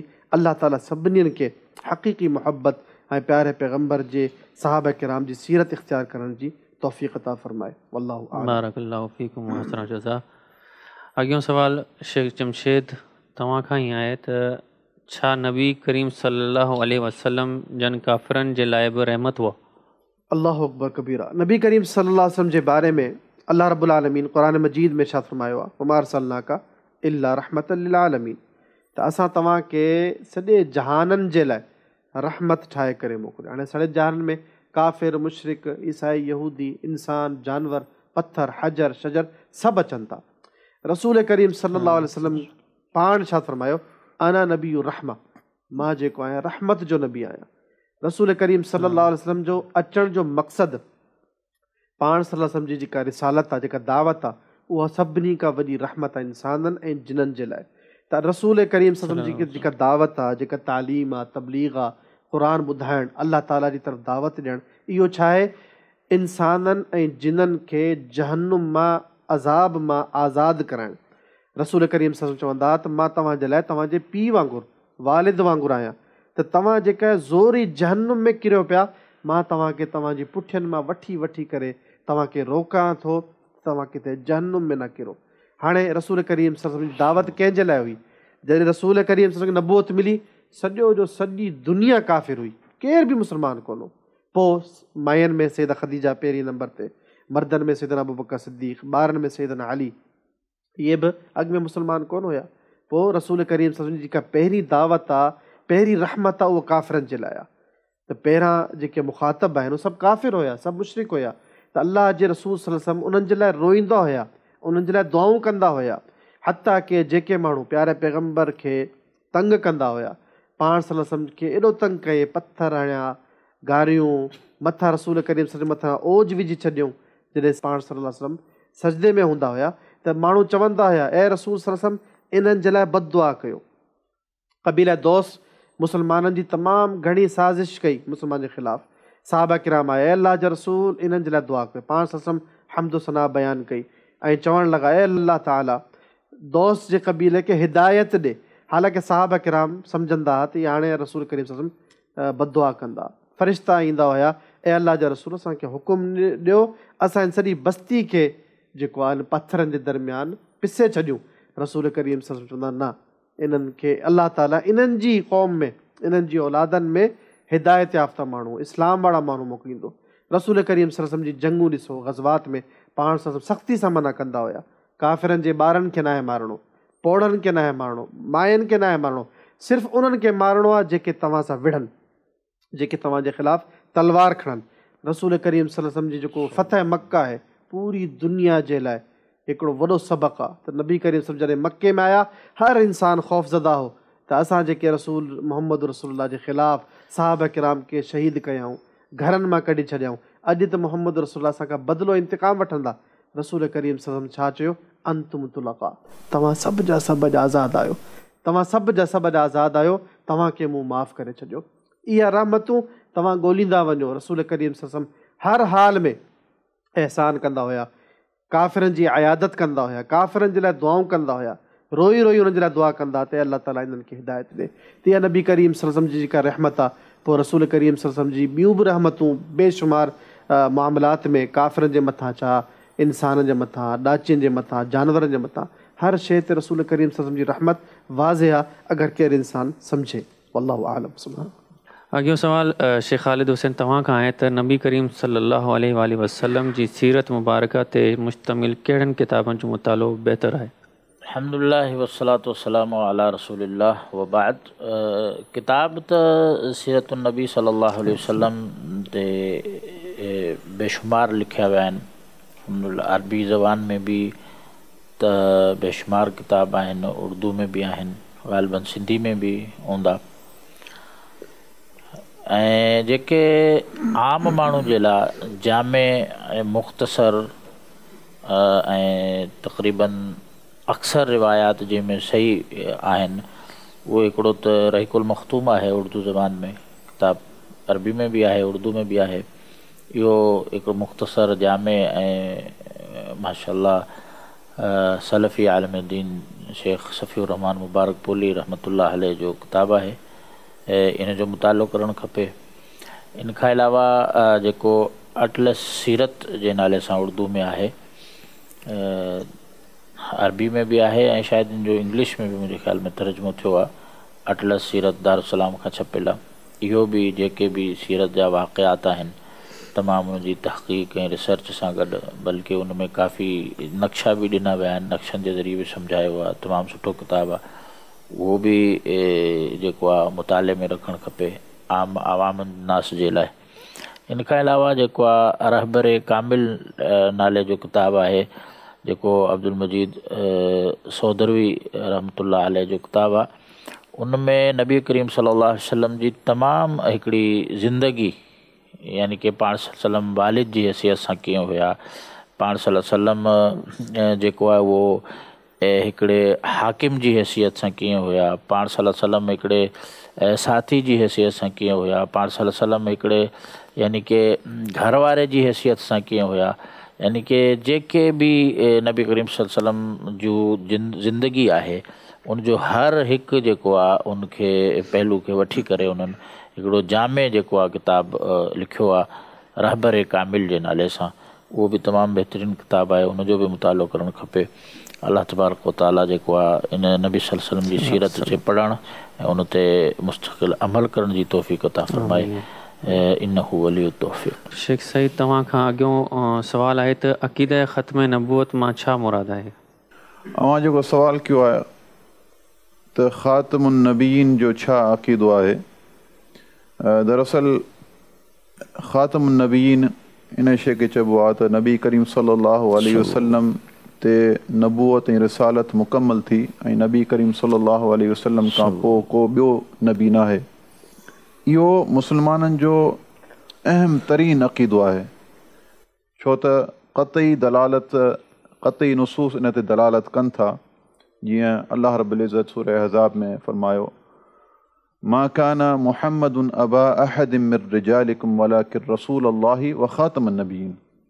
अल्लाह रब्बुल इज़्ज़त फ़रमायो त मुहम्मद सल्लल्लाहु अलैहि वसल्लम अव्हां जे मर्दनि मां कंहिंजो वालिद न आहे, बल्कि अल्लाह जो रसूल आहे ऐं आख़िरी नबी आहे, ख़ातमुन नबीयीन आहिनि। यानी मोहर नबूवत नबी करीम सल्लल्लाहु अलैहि वसल्लम ते ख़तमु थिए थी। पाण नबी करीम सल्लल्लाहु अलैहि वसल्लम मोहर नबूवत आहिनि, आख़िरी नबी आहिनि। ऐं इन ॻाल्हि खे नबी करीम सल्लल्लाहु अलैहि वसल्लम पंहिंजी इन हदीस मां ईअं सम्झायो, अना ख़ातमुन नबीयीन वला नबी बअदी, यानी आउं आख़िरी नबी आहियां, आउं ख़त्मे नबूवत आहियां ऐं मूंखां पोइ को ॿियो नबी न आहे। यानी इन शइ में सम्झण जे लाइ को कंहिं वधीक फ़लसफ़े जी या वधीक कंहिं सम्झाइण जी ज़रूरत ई न आहे त नबी करीम सल्लल्लाहु अलैहि वसल्लम खां पोइ का नबूवत ऐं का रिसालत न आहे। रही ॻाल्हि इहा त के इख़्तिलाफ़ कनि था त नबी करीम सल्लल्लाहु अलैहि वसल्लम फ़रमायो अना ख़ातमुन नबीयीन, आउं आख़िरी नबी आहियां, इहो न फ़रमाइनि त आउं आख़िरी रसूल आहियां। त इन शइ खे सम्झाइण जे लाइ इहा शइ सम्झणु ज़रूरी आहे त रसूल ऐं नबीअ में फ़र्क़ु छा आहे। रसूल ऐं नबीअ में इहो फ़र्क़ु आहे त हर नबी जेको आहे उहो रसूल न हूंदो आहे। नबूवत उन खे चइबी आहे, नबी उन खे चइबो आहे जिते अल्लाह जी वही नाज़िल कई वई, अल्लाह जो वही उन नबीअ ते नाज़िल थियो ऐं उन खां पोइ उन्हनि नबीअ खे अॻियां तबलीग जो हुकुम कोन ॾिनो वियो। पर रसूल उहो आहे जिते अल्लाह जी वही नाज़िल थिए थी ऐं तबलीग जो हुकुम ॾिनो थो वञे। त हर नबी रसूल न आहे, पर हर रसूल नबी आहे। जॾहिं नबी करीम सल्लल्लाहु अलैहि वसल्लम फ़रमाए अना ख़ातमुन नबीयीन, आउं नबियनि जो आख़िरी नबी आहियां, त नबूवत जॾहिं आख़िरी आहे त नबी करीम सल्लल्लाहु अलैहि वसल्लम बिल औला इन शइ खे ईअं हुकुम ॾियनि पिया त आउं आख़िरी रसूल आहियां, इन खां पोइ का ॿी रिसालत कोन्हे। छो त जॾहिं नबी आख़िरी आहे त पोइ रिसालत जो तसवुरु कीअं थी सघे। बिल औला इहो आहे त रसूल बि आख़िरी आहिनि ऐं नबी बि आख़िरी आहिनि ऐं इहो मुस्लमान जो आख़िरी बुनियादी उसूली हिकिड़ो नज़रियो आहे, अक़ीदो आहे, जंहिंमें को इख़्तिलाफ़ कोन्हे। ऐं जेको माण्हू नबी करीम सल्लल्लाहु अलैहि वसल्लम खे आख़िरी नबी ऐं आख़िरी रसूल नथो मञे, उहो इस्लाम जे दायरे खां ख़ारिज आहे ऐं उहो मुस्लमान नथो थी सघे। अॻियो सवाल शेख जमशेद तव्हां खां आहे त नबी करीम सल्लल्लाहु अलैहि वसल्लम जा कहिड़ा मौजूज़ा हुआ? नबी करीम सल्लल्लाहु अलैहि वसल्लम जी ज़ात बाबरकत ऐं अव्हां जी ज़िंदगी में कई मौजज़ा अल्लाह तबारक व तआला अव्हां खे अता फ़रमाया ऐं उन्हनि मौजज़नि जी तादाद मुख़्तलिफ़ रही आहे। इमाम इब्न क़य्यिम रहिमहुल्लाह पंहिंजी किताब में लिखनि था त तक़रीबन 1000 खां मथे नबी करीम सल्लल्लाहु अलैहि वसल्लम जी ज़िंदगी में ऐं रसूल करीम सल्लल्लाहु अलैहि वसल्लम जी जेका ज़ात बाबरकत आहे, उन्हनि जी ज़ात मां जेके मौजज़ा नज़र आया माण्हुनि ॾिठा, इहे तक़रीबन 1000 खां मथे आहिनि। इन्हनि जा 2 क़िस्म आहिनि।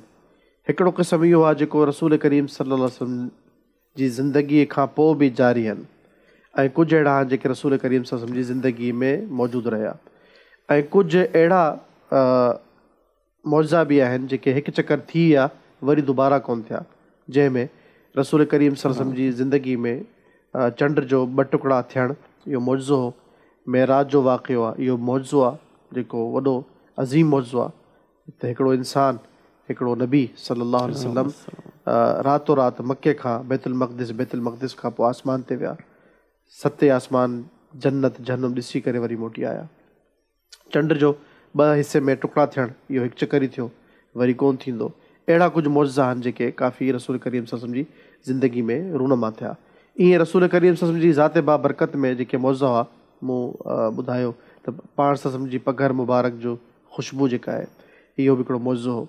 ईअं रसूल करीम सल्लल्लाहु अलैहि वसल्लम जी हथनि मां पाणी पीअण जे लाइ हिकिड़ो सॼो क़ाफ़िलो, सॼी फ़ौज हिकिड़े नंढड़े बर्तन में जेको पाणी हो हिकिड़े, उहो रसूल करीम सल्लल्लाहु अलैहि वसल्लम जी उंगलियुनि मां जॾहिं गुज़रियो त सॼी जी सॼी फ़ौज सभिनीनि इहो पाणी पीतो।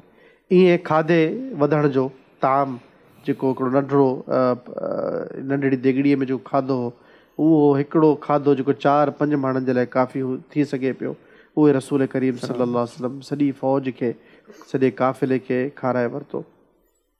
रसूल करीम सल्लल्लाहु अलैहि वसल्लम जी ज़िंदगी में अहिड़ा कई वाक़िया, अहिड़ा कई मौज़ा मौजूदु रहिया। कुझु मौज़ा अहिड़ा आहिनि जेके बाक़ी आहिनि, जीअं रसूल करीम सल्लल्लाहु अलैहि वसल्लम खे अल्लाह तबारक व ताला सभिनी खां वॾो मौज़ो ॾिनो हो क़ुर करीम जी सूरत में। त अल्लाह तबारक व ताला जो क़ुर नाज़िल थियो प्यारे पैगम्बर मुहम्मद रसूलुल्लाह सल्लल्लाहु अलैहि वसल्लम ते, इहो क़ुर क़यामत ताईं बाक़ी रहंदो। इहो क़ुर जेको हिदायत आहे, इन जी बरकत आहे, इन्हनि जे पढ़ण में शिफ़ा आहे, इन्हनि जी पढ़ण सां मुश्किलात बि दूरि थींदियूं आहिनि, इंसानु हिदायत ते ईंदो आहे, बरकत वधंदी आहे। इहे सभु मौज़ा रसूल करीम सल्लल्लाहु अलैहि वसल्लम जा क़यामत ते हलंदा। इहे 3 क़िस्म मौज़ा आहिनि जेके ख़ासि मूं तव्हांखे ॿुधाया आहिनि। हाणे इन्हनि मौज़नि में रसूल करीम सल्लल्लाहु अलैहि वसल्लम जो दीन बि आहे त अल्लाह जे रसूल जी जेका सुन्नत आहे, पाण सल्लल्लाहु अलैहि वसल्लम जेकी हदीस आहे, उहो सॼो महफ़ूज़ आहे। अल्लाह तबारक व ताला जी क़ुर खे महफ़ूज़ रखियो आहे। ईअं प्यारे पैगम्बर मुहम्मद रसूलुल्लाह सल्लल्लाहु अलैहि वसल्लम जी जेका सुन्नत आहे, अवां जी हदीस आहे, उहा बि महफ़ूज़ आहे। इहो बि मौजो आहे। ईअं रसूल करीम सल्लल्लाहु अलैहि वसल्लम जी जेका शान ऐं अज़मत हुई, जीअं उन दौर में महफ़ूज़ हुई, अॼु बि महफ़ूज़ आहे। अॼु बि केरु इंसानु अगरि को दुश्मन, को जेको आहे बदबख़्त आहे, प्यारे पैगम्बर मुहम्मद रसूलुल्लाह सल्लल्लाहु अलैहि वसल्लम जे बारे में कुझु ॻाल्हाए थो त अल्लाह तबारक व ताला जा मौज़ा सां ॾिठा आहिनि त उन्हनि जी माण्हुनि जी कहिड़े क़िस्म जी मौत थिए थी, कंहिं क़िस्म में उहे मरनि था, कहिड़ो अज़ाब उन्हनि जे मथां नाज़िल थिए थो।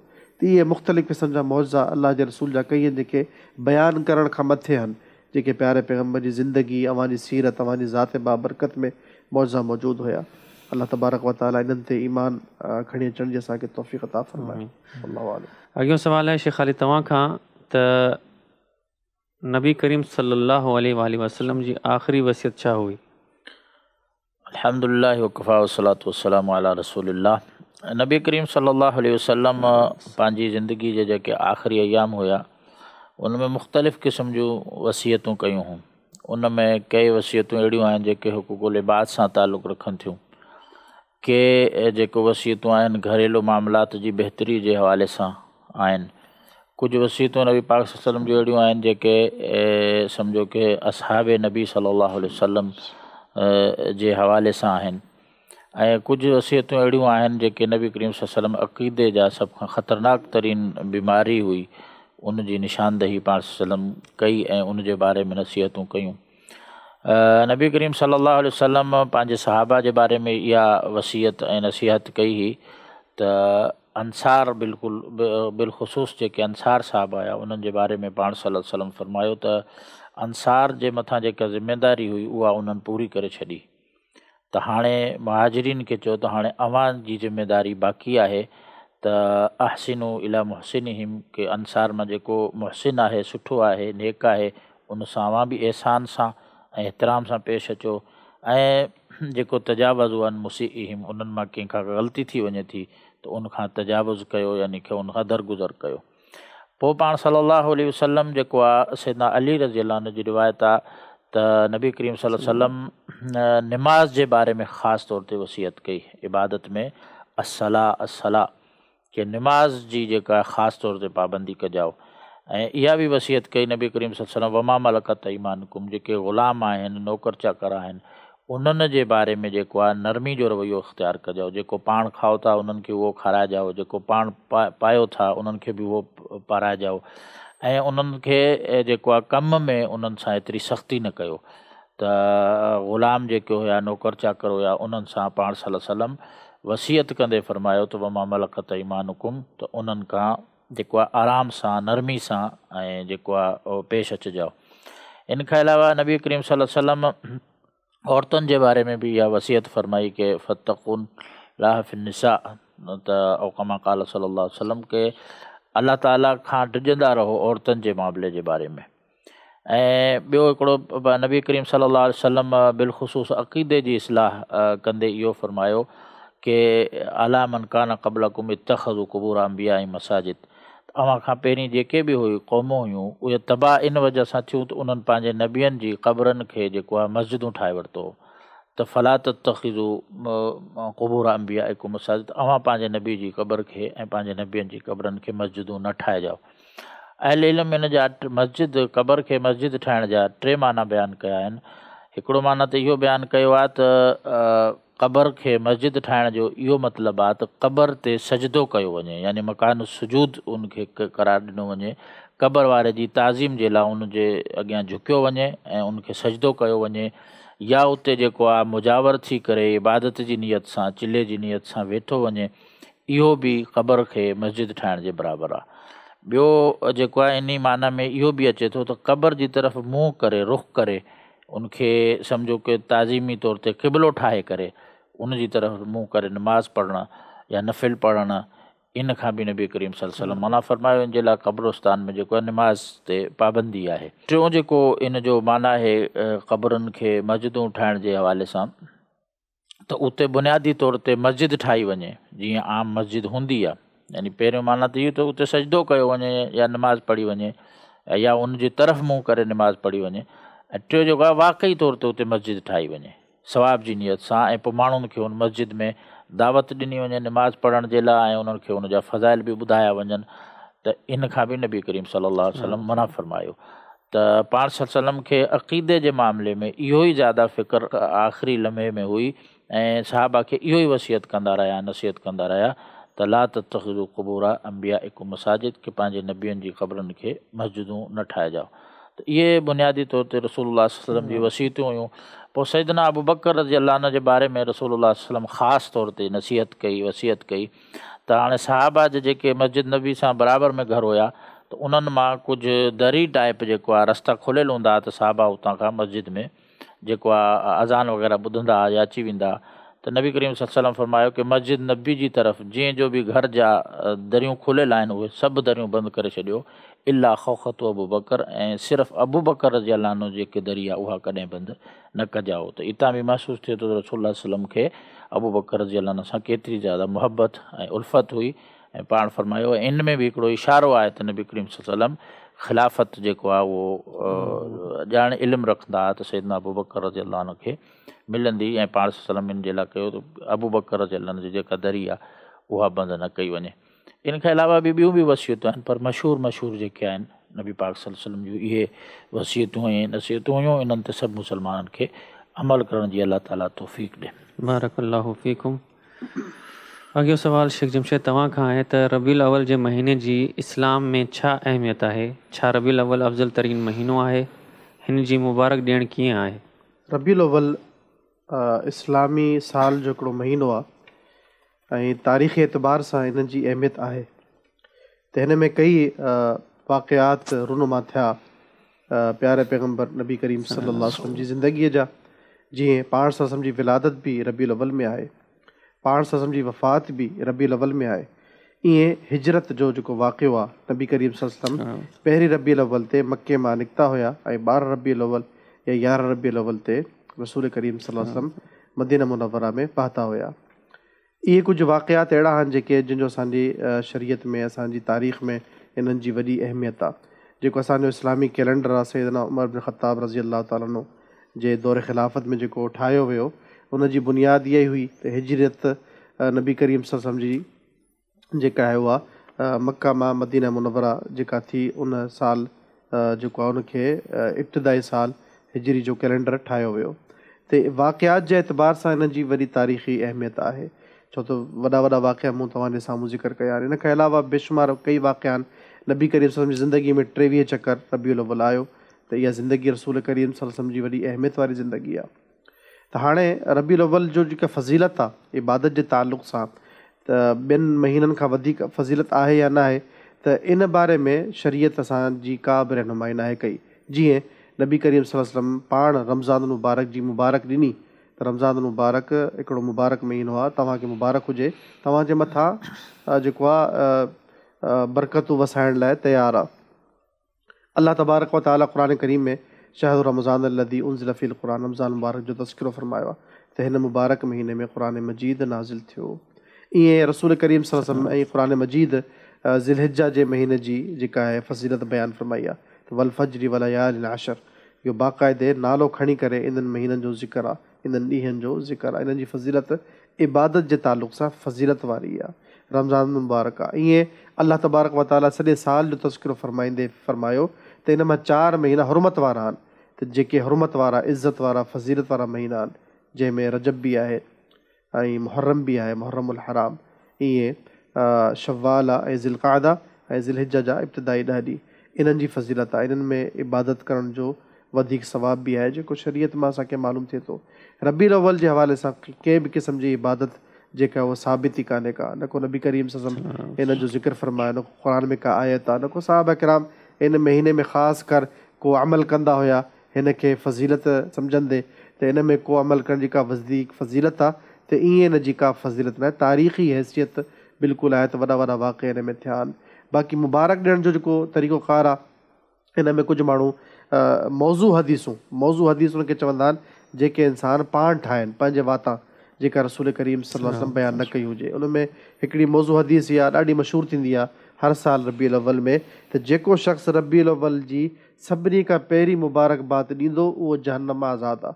ईअं हाणे माण्हुनि में इहा फैलाई थी वञे, माण्हू इन जेका आहे रिवायत खे बयानु कंदा आहिनि। इहा मौज़ू हदीस आहे, मन गढ़त, यानी कज़ाब माण्हुनि पाण ठाही आहे, ऐं इन जी निस्बत प्यारे पैगम्बर ॾे करणु त रसूल करीम सल्लल्लाहु अलैहि वसल्लम जी हदीस आहे, इहो उन माण्हुनि में शामिलु थियनि था जंहिंजे बारे में प्यारे पैगम्बर फ़रमायो त मुंहिंजे बारे में कूड़ ॻाल्हाइणु ईअं न आहे त जीअं तव्हां पंहिंजे आम माण्हुनि जे बारे में कूड़ ॻाल्हाईंदा आहियो। पोइ फ़रमायो मन कज़ब अलैया मुतअम्मिदन फल्यतबव्व मक़अदहु मिनन नार, जेको इंसान ॼाणी वाड़ी करे मुंहिंजी तरफ़ का कूड़ी ॻाल्हि निस्बत करे त मूं इहा ॻाल्हि चई आहे, उहो पंहिंजो ठिकाणो जहन्नुम में ठाहे वठे। हाणे इहा जेका हदीस रबीउल अव्वल जी मुबारकबाद ॾियणु, जेको सभिनी खां पहिरियां मुबारकबाद ॾींदो उनखे इहा फ़ज़ीलत मिलंदी त जहन्नुम आज़ादु आहे, या उनजे घर में बरकतूं ईंदियूं, हीअं थींदो हीअं थींदो, इहो सभु जो सभु ईअं ई आहे ॼण नबी करीम सल्लल्लाहु अलैहि वसल्लम जी तरफ़ कूड़ी ॻाल्हि निस्बत करे या रसूल करीम सल्लल्लाहु अलैहि वसल्लम ते कूड़ हणण जे मुताबिक़ आहे। त ॾिसो केॾो ख़तरनाक अमल आहे त जेका रसूल करीम सल्लल्लाहु अलैहि वसल्लम ॿुधाई न आहे, चयो न आहे, ऐं असां चऊं त अल्लाह जे रसूल इहा ॻाल्हि चई आहे, इहो ईअं ई आहे ॼण अल्लाह जे मथां को कूड़ हणणु। छो त अल्लाह तबारक व तआला पाण चयो त वमा यंतिक़ु अनिल हवा, त रसूल करीम सल्लल्लाहु अलैहि वसल्लम सवाइ वहीअ जे का ॻाल्हि न ॻाल्हाईंदा आहिनि। त इहा ॻाल्हि निस्बत अल्लाह ताला जी तरफ़ इनडायरेक्टली वञे थी त अल्लाह तबारक व तआला हिन खे दीन ठाहियो आहे। त अहिड़ी का बि ॻाल्हि जेका अल्लाह ऐं हुनजे रसूल न आहे बयानु कई, उनखे बयानु करणु, फैलाइणु, माण्हुनि खे उनजी दावत ॾियणु, इहो इंतिहाई ख़तरनाक अमल आहे। अल्लाह तबारक व तआला असां मुस्लमाननि खां अहिड़े अमलनि खां बचण जी तौफ़ीक़ अता फ़रमाए। त अहिड़ी का मुबारक ॾियणु को साबित न आहे, ऐं इन बिदत खे ईजाद करणु इंतिहाई ख़तरनाक अमल आहे। अल्लाहु आलम। नाज़रीन किराम, अॼोको प्रोग्राम पंहिंजी पुॼाणी ताईं पहुतो। अल्लाह ताला खां दुआ आहे त उलमा कराम जो हिते अचणु ऐं क़ुर हदीस जी रोशनी में दीन हक़ जी ॻाल्हि पहुचाइणु पंहिंजी बारगाह में क़बूल मक़बूल फ़रमाए। इंशाअल्लाह वरी मिलंदासीं अॻे प्रोग्राम ताईं। असांखे इजाज़त ॾींदा। अस्सलामु अलैकुम वरहमतुल्लाहि वबरकातुहू।